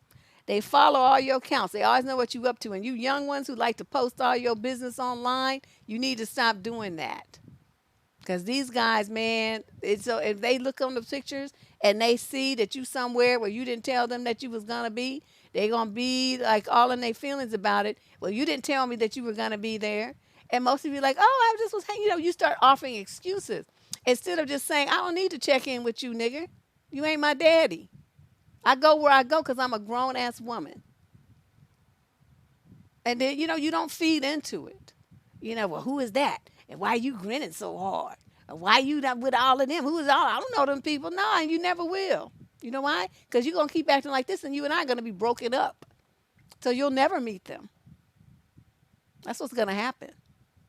Stuff like that, And just remember, like in the video with Black Beauty, how she was talking about how her man got jealous because she went someplace and he was grilling her, and he was saying, well, why does some other man know more about where my woman is and what she's doing than I do? Because she didn't tell him that she was going to someplace before she went. He felt like, I remember that because, that was just a very recent, just in that video from a couple of days ago. So I remember that, her saying that, and I was like, wow. And number 25, he's defensive and overly sensitive to criticism. They take even the slightest criticism extremely badly. No matter what you say about their behavior and how it bothers you and you want it to change, they somehow flip it around to be something about you. It's like the typical bait and switch kind of routine. They do it because they cannot stand for you or anybody else to think that they are flawed or imperfect and can't do something well or right. So if there's a problem, somehow it must be your fault. An example that we've heard is the guys that saying like, okay, they got a baby, right? They say, well, if she got pregnant, even though they didn't use any kind of condom, they didn't do anything to help keep her from getting pregnant, somehow it's her fault that he's pregnant. I'm like, did she abduct you? Or were you a voluntary participant in this activity? Well, see, they don't want to hear that because that makes them responsible. Or they say, well, she didn't make me use a condom. So see, the fact that he's a daddy and got to pay 18 months of child support, somehow that's her fault because she didn't, quote, make him a grown man now, put on a condom, which he knew was the way to prevent a baby from coming. But he didn't take any kind of precautions, but somehow it's her fault. You see what I mean? That's just one example, but I'm sure you could think of hundreds of them. So, what I want to say though, even though like all men have insecurities, all men are going to deal with some level of insecurity at some point in their lives. We all do. And I have my moments. What makes the difference though is that, because you kind of like, you say, okay, this is a big challenge, you got to you got to get your mind right, to deal with it. This is big. This is a big change. It's a big challenge. Can I do this? Now, this is where it becomes interesting. The secure person feels confident that they can do it. They say, well, it's going to be hard. We might not get, reach as high as we would like to, but at least we're going to be off the ground. We're going to launch this shit. We're going to do this. Okay? We're going to do this. It's just like me with this channel. I know that this channel, to me, it should have 10 times as many subscribers as it does. Because based on the quality of the programming and the quality of the videos, I would think that. There's great information here. So, but, we have 22,000, 3,000, whatever, thousand subscribers. So that's not a failure. It just means I didn't hit the mark as high as I would have hoped. But did I fail? No, not at all. Not at all. And I get a lot of, well, Rhonda, I don't want to say that. I explained why these aren't always narcissists at the beginning of the show. So you have to go back and listen to it if you missed it. All narcissists are insecure, but not all insecure men are narcissists. So you have to be careful making that sweeping generalization. And this is, that's the difference, though, between someone who's insecure. The insecure person is going to automatically assume failure, defeat, loss, humiliation, and they're not even going to try, okay, because they're too insecure. The secure person will try. And if they fail, they're like, well, I just figured out a way that won't work. Let me try something else. And they get up, dust their ass off, and keep moving. That's the difference between the two types of people, the insecure and the secure man. Okay, now, and for those of you who are into the Bible, you got a man who's insecure, and you're a secure woman. That means you're, as they say in the Bible, unequally yoked. People want to talk about, it has to do with, you believing that you're a Christian and all that stuff. I'm sure that may have something to do with it. But more important to me is not so much what book you flip through. It's your similarities and what you're going to accomplish as people, how you think, how you think. The two of you got to think alike in order to make progress and develop a secure base for your children. Thanks, irises. And wouldn't that be nice? Well, I don't know about millions. The more people is the more problems. I'd be happy with about 50, I think. 60, that would be good. But, just think about it. I'm not a real religious person, but I do understand what, yoking two animals together, whether they be horses in the bridle thing or oxen in the wooden yoke. The two have to be working as a team. They have to be on the same page. And that has more to do with your mental state and your goals and how you reach them than what you believe about a religion. That, because you can meet people who's Catholic and Jewish, Buddhist and agnostic, this and that, and they are working as a team and they're not unequally yoked. So that's my take on it. I wrote about that in my book about the black church. So let's talk about now, let's finish up this talk by talking about the kinds of things that make a man a secure man. What traits do confident, secure men have? How many pages? How many did I write of this? Oh, there's 21 of these. Damn, I've been a prolific little writer lately, haven't I? Okay, let's start number 1. They make decisions and they stand by them. Okay, these insecure little punks, they don't never want to make a decision about nothing. I had a boss like that. Oh, he drove me crazy. He could not make a decision for nothing. He wanted everybody's buy-in. He wanted to call 10 people, have a conference about it, have a meeting about it, discuss it, and everything. And he just was not a decisive kind of leader. He couldn't just say, yes, no, we're going to do this, this and that. And that's what you're looking for, so you have confidence in someone whose leadership. You got a man who can't make a decision about nothing, and you trying to push him into the role of being head of the household. You're a dummy. Okay, you trying to go by some whatever teachings that you have. The man ain't qualified to lead his way out of a paper bag with both ends open.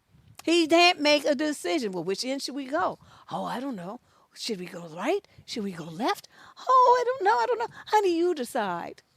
And that's why you get so many women making all the decisions in their households. It's not because they want to, it's because the man won't. And oh, I hate that. Oh, I hate it. Even something as simple as, well, what do you want for dinner? Oh, I don't know. Whatever you want. I asked you, and if you don't make a decision, then we ain't cook. I'm not cooking shit. How about that?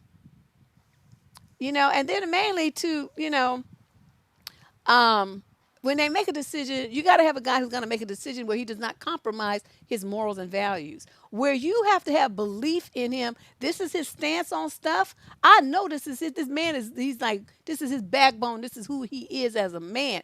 And all his decisions and actions are congruent with that. If you got somebody, he got his shit is like, well, on Tuesday, because I'm with this group, I'm gonna say this, and on this, I want that. Well, then you don't have somebody who's congruent. His shit is just all over the place. You don't know what box he's gonna come out of. Okay, how can you have faith and trust in somebody like that? You never know what he's gonna say or never know what he's gonna do. You can't plan nothing. Oh, that would just drive me crazy. And you as women, you got to be able to, you got to have a guy in a position like that. These dudes that are confident, they look fear in the eye and they do it anyway. And they look people in the eye. Let's start there. Okay. So let's move on from that. Number two, they don't over focus on their appearance. These dudes that always have to be so picture perfect every time they go out the door, you have to be picture perfect if you're with them. Well, as long as you're clean and your clothes are clean and you don't smell and your stuff looks no holes in it and matches and all that kind of stuff, what's the problem? What is the problem? You want the dude should stay fit and he stay well groomed. He should eat healthy food and improve what he can. I'm not saying just accept everything, but like maybe he got a little belly or something. He's cut back on his carbs. He's doing his little crunches and stuff. He's doing his stuff. He's doing some cardio, and he's working on it. But what if he's not so focused on it to the point where it becomes a problem for those around him. He's not feeling bad about the way he looks. He likes the way he looks. He just knows he could do something to make it a little bit better. Okay. Number three, these confident men do not try to change their personality. No matter what they are, introvert or extrovert, they feel good about who they are. They don't try to be somebody they're not. Bottom line here is they accept themselves as they are. They accept themselves. So they're not always trying to tell themselves, well, you shouldn't that, you shouldn't that, you should this, you should that. They don't do that to themselves. They say, well, this is me. This is me. And, take it or leave it. This is who I am. Number four, they don't chase likes and follows on social media or YouTube. We see people that do that. They want to post about whatever is the popular thing, even if it's in opposition to their stated belief system. That's not who they are. They don't believe any of that stuff. But they're posting about it because they know it's going to get them a lot of likes or stuff. And they, are the girls, well, I guess the guys too, they want to post what they call the thirst trap pictures, them in the sweats with, imprints and shirts off and doing all this stuff. Okay, why are you putting yourself on display like that? I mean, this goes for women and men, but we're talking about men in this show. What is that about? I mean, that's not kingly behavior. That's like thirsty, desperate, weak self-esteem loser behavior. You got to, in order for you to feel good about yourself, you have to get this adulation, imagine adulation from complete strangers on the World Wide Web. That's the best you could do? That would be like icky to me. But, confident men don't do stuff like that. They're not trying to put themselves on display so they can point to something and say, oh, look how many people liked my picture. That's stupid. Number five, they don't ignore their own judgment. They listen to their intuition and they trust themselves and trust their assessment of things, and they're willing to stand behind it, be accountable for their decisions, and responsible for what they do. You can't do nothing but respect a brother like that. Oh well, yeah, I like to be that person too, Jerisha. But I don't like to be in a room with men that's not. If I have to be in a room with men who are not confident, and I'm the most confident one in the room, well, I don't want to be there. I want to be around men who got it going on. That shit is a turn on.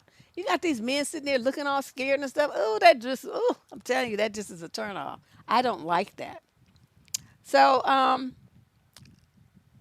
guys with confidence know that even if it's something that they maybe not be that familiar with, they have the confidence that they could come up with the answer anyway, that they could find out the information, that they can make this happen, that they can do this. They might need to learn something, to go take a class, read a book, go consult with some expert somewhere at Small Business Administration, SCORE, something. They have, a mentor, they're gonna make the magic happen.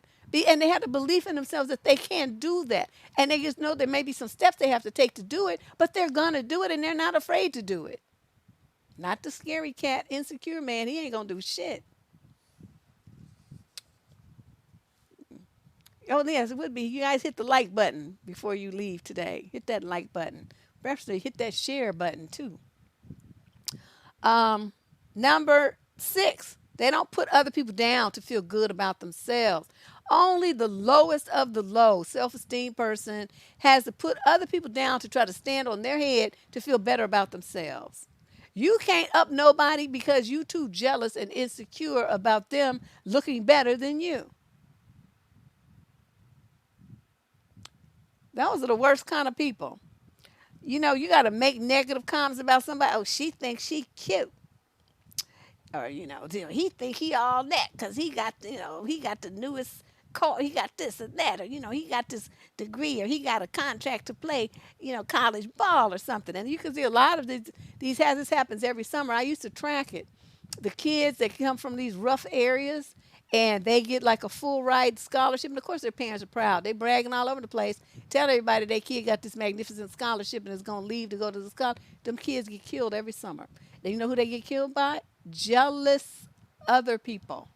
Those boys who are jealous, or we might know who might be some crazy white people that don't want nobody black coming up like that and being, coming back to the community, changing things and making it better. So you parents, if you have a kid like that, and your child, male or female, is going to get the fuck up out of Dodge with all this scholarship and stuff, shut your mouth. Don't tell nobody. That nobody needs to know. Nobody. Even their grandmother. Nobody needs to know.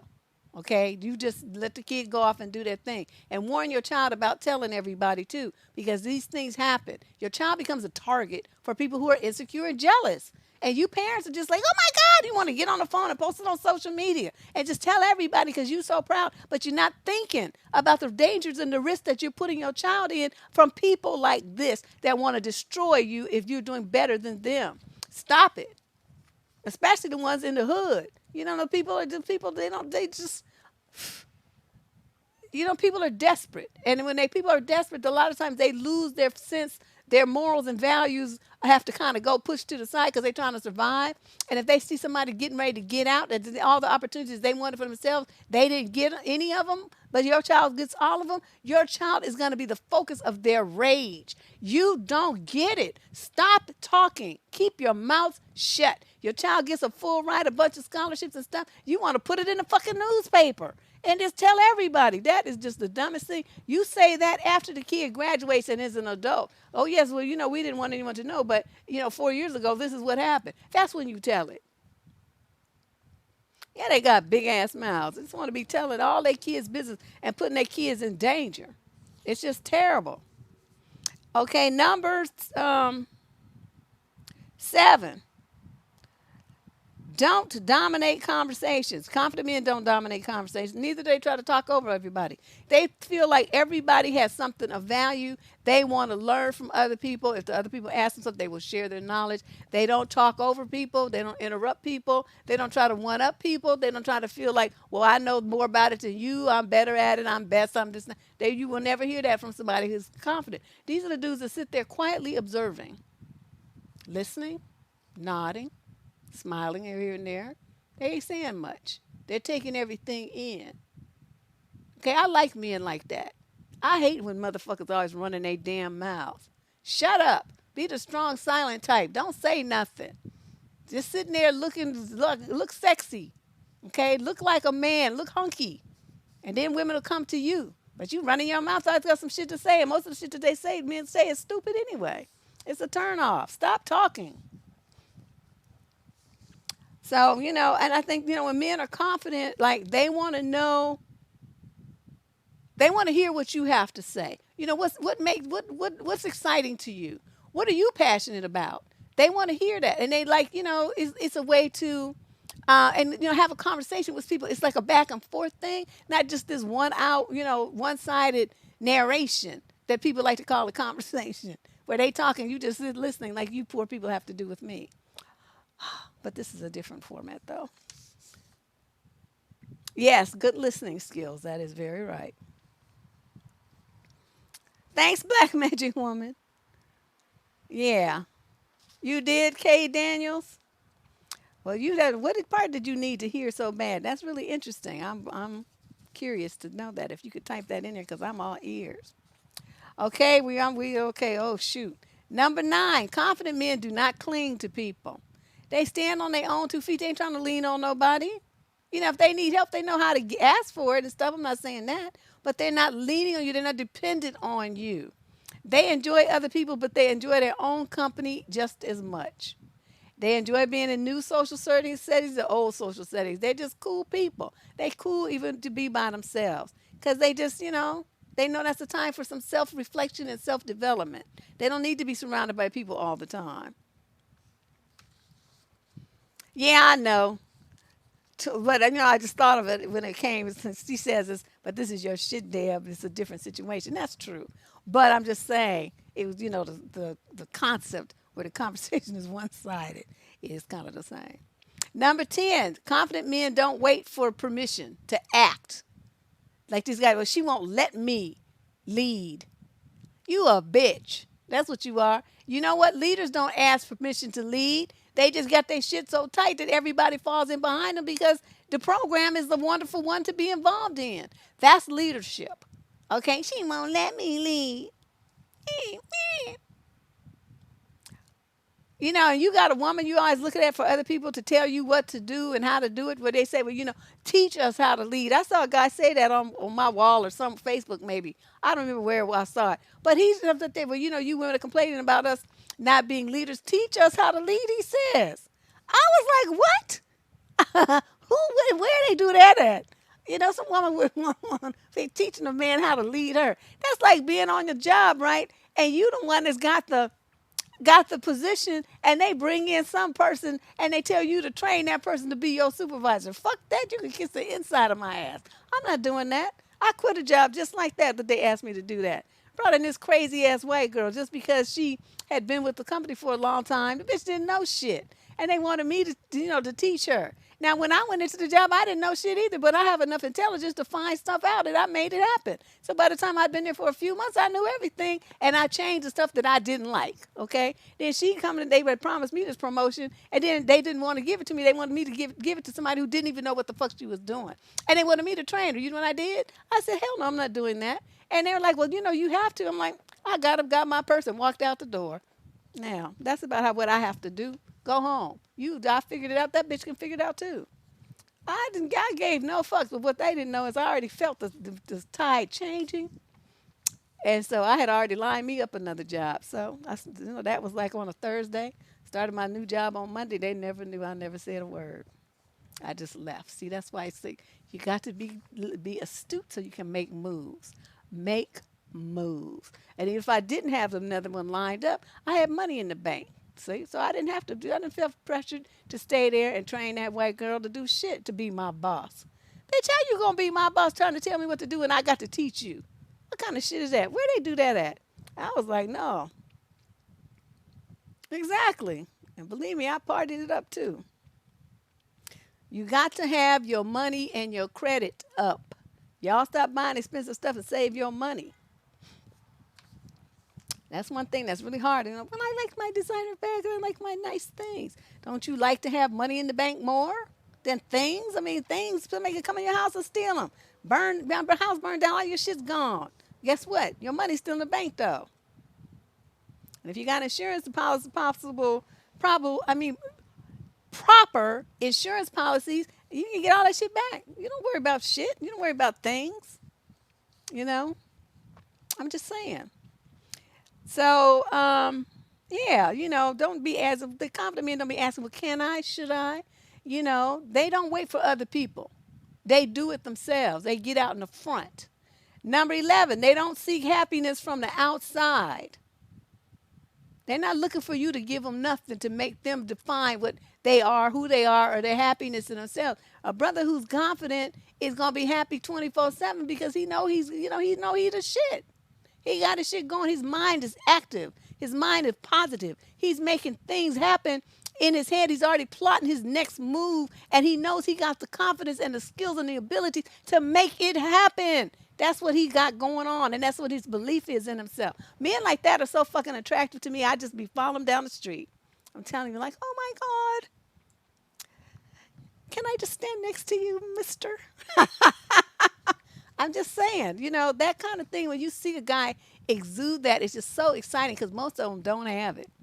They don't know where they're going. They like walking in circles. It's just really sad. Okay, number 12. They don't focus on their weaknesses. Confident men don't focus on what they don't have, what they're not, or their weaknesses. They focus on their strengths. And they try to shore up their weaknesses, certainly. But they lead with their strengths, with their abilities, with their knowledge and their skills.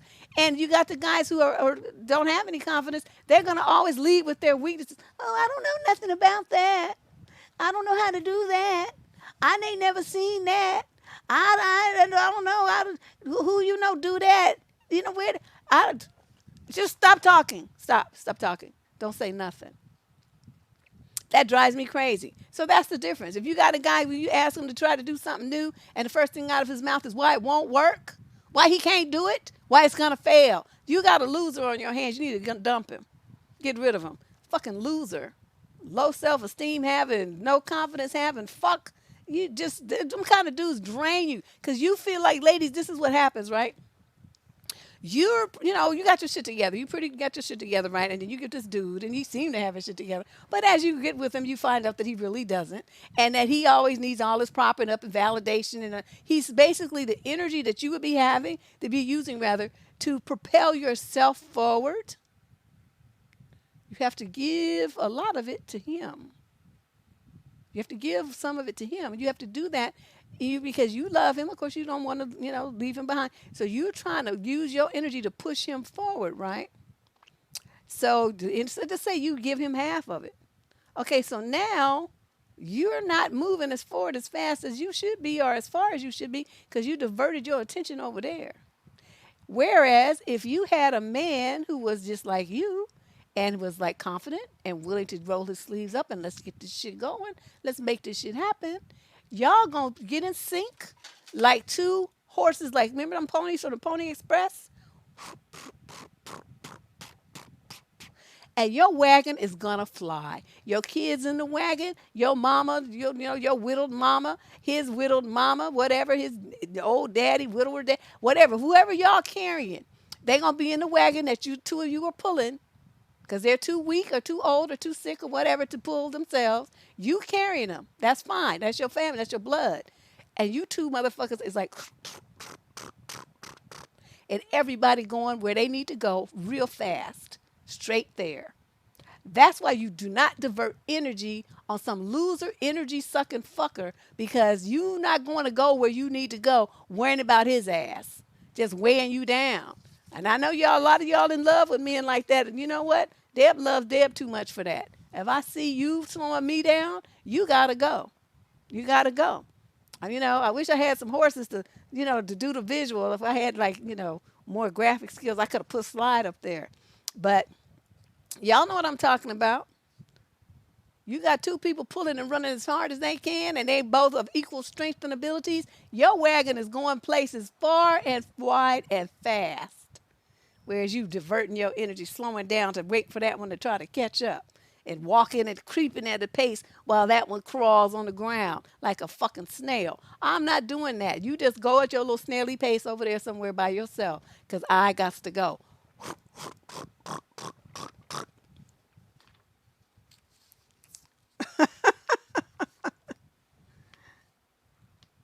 So now let's move on to where was I? Okay, number 11 to 12. Oh, okay. Number 13. Confident men don't settle for mediocrity.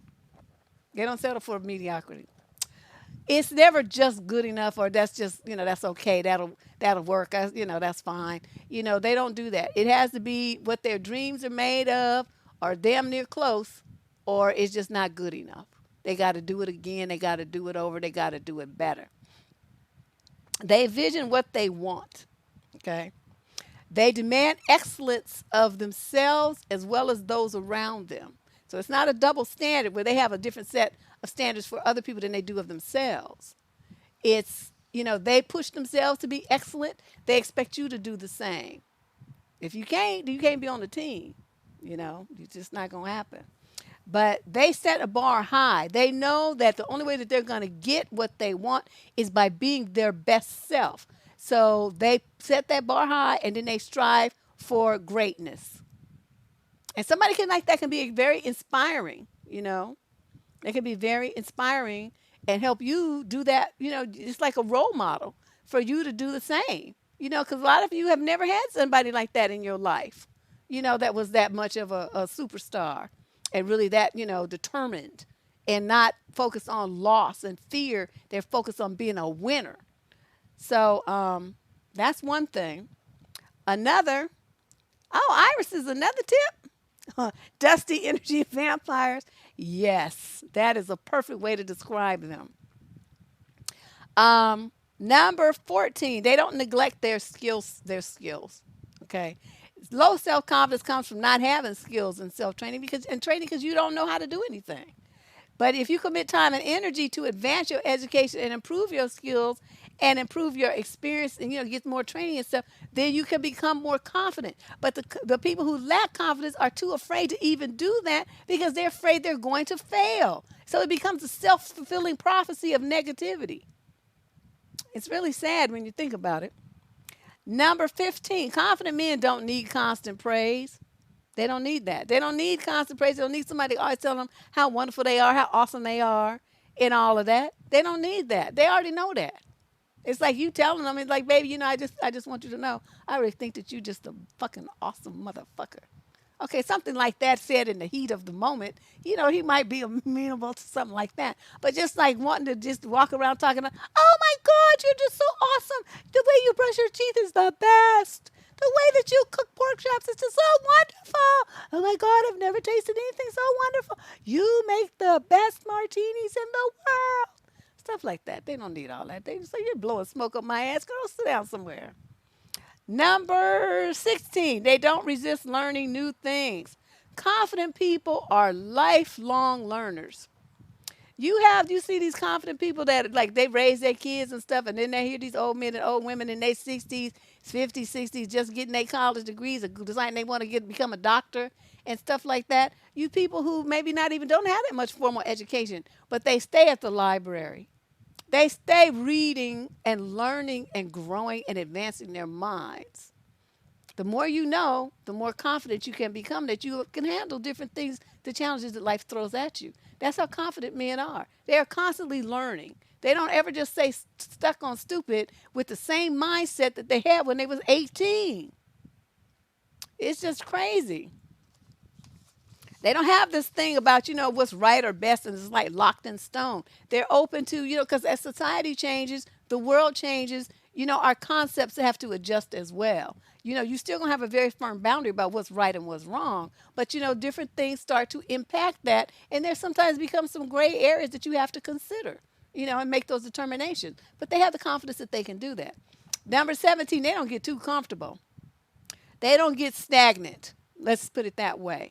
If they just hit one goal, now they're looking for the next challenge. I was always like that at my jobs. Like once I got in there, I would get there and then I'd be like, okay, I'm gonna master this thing. And once I mastered it, I'm like, okay, well I did that. Now it's time to go do something else. I want a promotion. I want to move to a different department. I want some change. One company that kept me there for 12 years was one. During that period of time, I had 7 different jobs, and they understood me. And they understood that once I mastered something, I needed the next challenge. So they was always, my supervisors were always, aware of that about me, and they was always looking for what I could do. And during my reviews, they would posit that and say, well, I was thinking that this might be a good move for you to make, because they knew I was leaving. Either I'm gonna stay in this company and move around, or I'm gonna leave altogether. And they wanted to keep me there, so that's what they did. And that worked out very well for both of us. Number 18, they don't tell themselves fibs. They don't lie to themselves about anything. Sometimes, truths are hard to accept. We see that a lot of women struggle with it. When the guy giving them every sign that the relationship is over. Well, I don't know what to do. You know, uh, should I try harder? This and that. No, heifer, the shit's over. Don't lie to yourself. You know that's what's going on. You know he cheated. You know there's no coming back from this. You know he doesn't love you. Why are you lying to yourself about it? That's just an example. But these guys, they just don't. They don't lie to themselves. They don't. They don't tell themselves, they're very real with themselves. They don't tell themselves, that I can do this, even they know they too old. You know your ass is old. You ain't gonna be making no damn babies. You may have some defective ass kids. You know that maybe you don't have that skill set yet to do this particular thing, but you start working on it. You don't lie to yourself and pretend that you can do something and then go in there and fuck up something for a whole bunch of other people. Yeah, I can do it. Yeah, yeah, yeah. No, you can't. Not yet. So they're realistic. They're very realistic. Number 19, confident men do not procrastinate and put things off. I remember this story, this guy calling in. You guys might remember this show. It's when I was on Blog Talk. This guy had the nerve to call me to complain that his wife was mad at him because he wouldn't take out the garbage. And so luckily I had enough presence of mind to ask him some questions like, well, did she ask you to take out the garbage? Well, yes. Well, how long ago did she ask you to take out the garbage? Oh, the game was on. And she could have just waited till after the game was over. I said, but in the meantime, the house is stinking from garbage if you just in there watching the game. Why couldn't you just take the trash out and then go back and watch the game?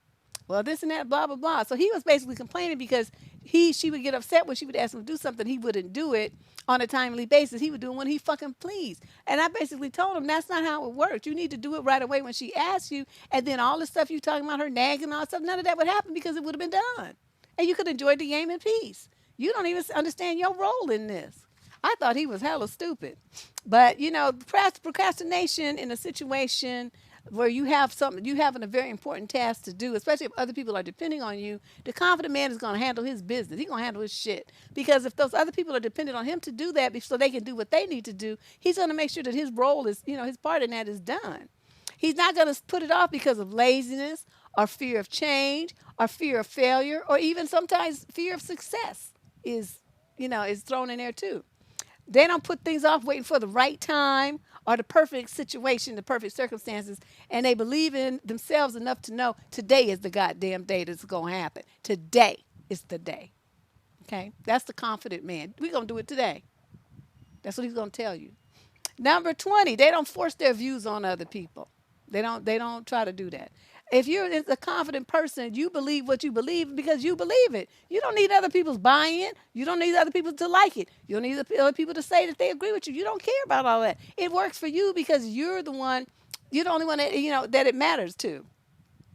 And you could, let other people have their views on business, on money, on religion, on child discipline, on politics, on abortion, whatever. You don't get all in your feelings about it. You explain to them your stance, they explain to you yours, and y'all shake hands and agree to disagree. That's the confident man, but the ones who are not confident, the insecure dudes, are going to go crazy and start berating you and telling you why you're wrong and why you need to change your mind and calling you names and all this kind of stuff. Like all these trans people want to call people TERFs because or tell you if you disagree that, you're a TERF, you're you're transphobic and all this kind of stuff. And it's like, insecure. Because otherwise you wouldn't give a shit. You believe the shit, then go ahead over there and believe it. Nobody's stopping you.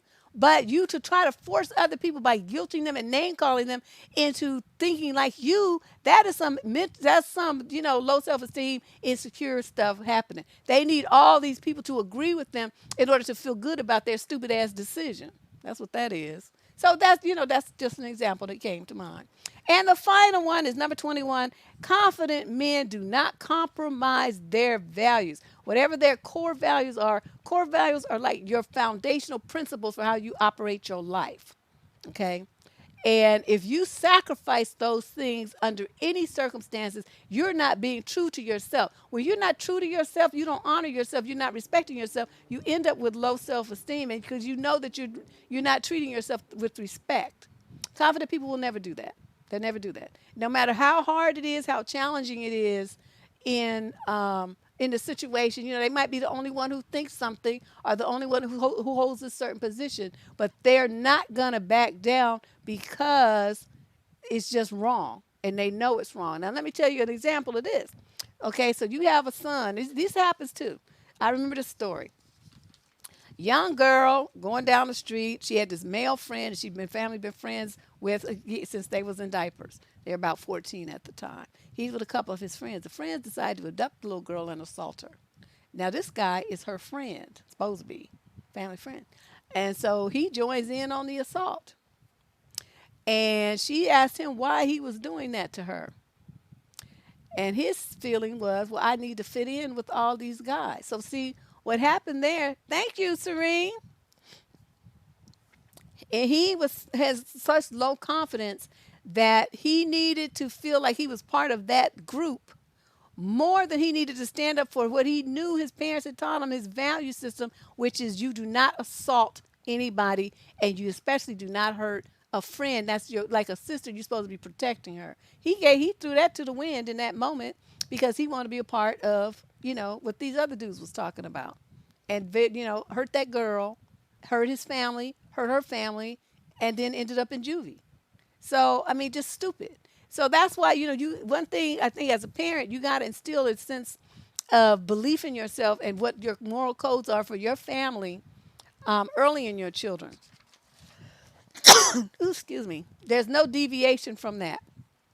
We were raised up like, don't you ever go out this house and embarrass the Cooper name. You do that shit, my daddy, like I will stomp you into the mud.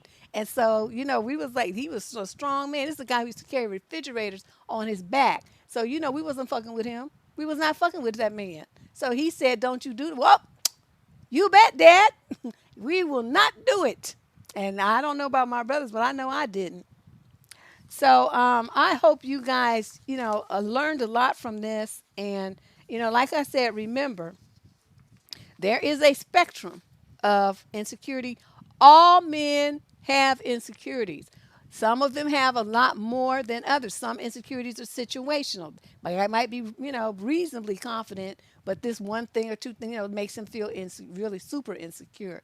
You have to weigh what the benefit or advantage to staying in a relationship with that man. Like, the depths of his insecurities, how his insecurities are going to impact you and possible children that you may have. If it's something that you can work with, if it's situational, once that situational goes away, and he, realizes that he handled it well, all his insecurities go back, go away. He's back to the normal. I mean, there's a lot of, parts here that could impact your decision about it. But, it's just very important that you understand when you see them 25 traits pop up, understand what you're dealing with. Okay, and understand if you start catering to his demands and trying to make yourself feel like, well, I'm going to do this, I'm going to change what I am, what I'm doing, what I'm saying, who I go out with, how I dress, all this stuff. You're going to change anything about yourself to appease his insecurities. That is a black hole that you're stepping into. It's extremely dangerous for you because there's no end to it. And it ultimately, usually, it results in violence and sometimes in death. So you be very, very careful. I'm telling you, you got these dudes that's insecure like this. Some of them are very dangerous. Like I said, there's a spectrum. There's some that are on the very, very light end, and there's some that are so insecure, there's no help for them. They need like a mental institution or something. It's like pathological, and they blame women for everything. Any negative emotion that he has, it's your fault, and you likely end up with your ass beat or in a graveyard with a dude like that. So you leave that type alone. Get away from him as fast as possible. And make sure you share this video with any teenage girls that you know that are starting to date. because insecure teenage boys are the ones that result, their actions are in what they call teen dating violence. They were grabbing their arm and twisting them, telling them what they better not do, who they better not talk to, what clothes they better not wear, what kind of makeup they better not put on, what kind of friends they better not talk to, where they better not go, all this kind of stuff. So keep an eye on your girls. Keep an eye on your girls. If it's your little nieces, your little cousins, or stuff, keep an eye on them too. Help the mamas out. And you guys, together, get that force field around these girls and start educating them on what they need to do to protect themselves. They're going out. There's a lot of them, like I said, if Rona lets go of everybody, they'll be headed off to college in the fall. And you got to give them some tools so they know how to protect themselves and what to watch out for. So please, if you're not good at talking, you don't know the words, you don't haven't had the life experience, go on this channel. There's a playlist I have for teens. Spread that link around and give them a chance. Because, if you don't talk to them and their mamas don't talk to them, who's going to tell them? You can't do this to them, ladies. You cannot do this to them. You've got to do something to help them. And like I said, if you can't find the words, I have the words for you. But it's going to be your responsibility to share the link with them. Okay? Because I don't know who they are. And, I think it's we as women, we have to take a greater responsibility. And it only takes a few minutes. I'm not asking you to devote your life or bring somebody into your house. I'm saying if you have an opportunity to spread knowledge about this kind of stuff to a young girl who doesn't know, please do it. Do it. Don't just say, well, she can find out like I found out. It ain't no big thing. She going to have to learn the hard way and this and that. Don't do that. Don't do that. Okay? Don't do that.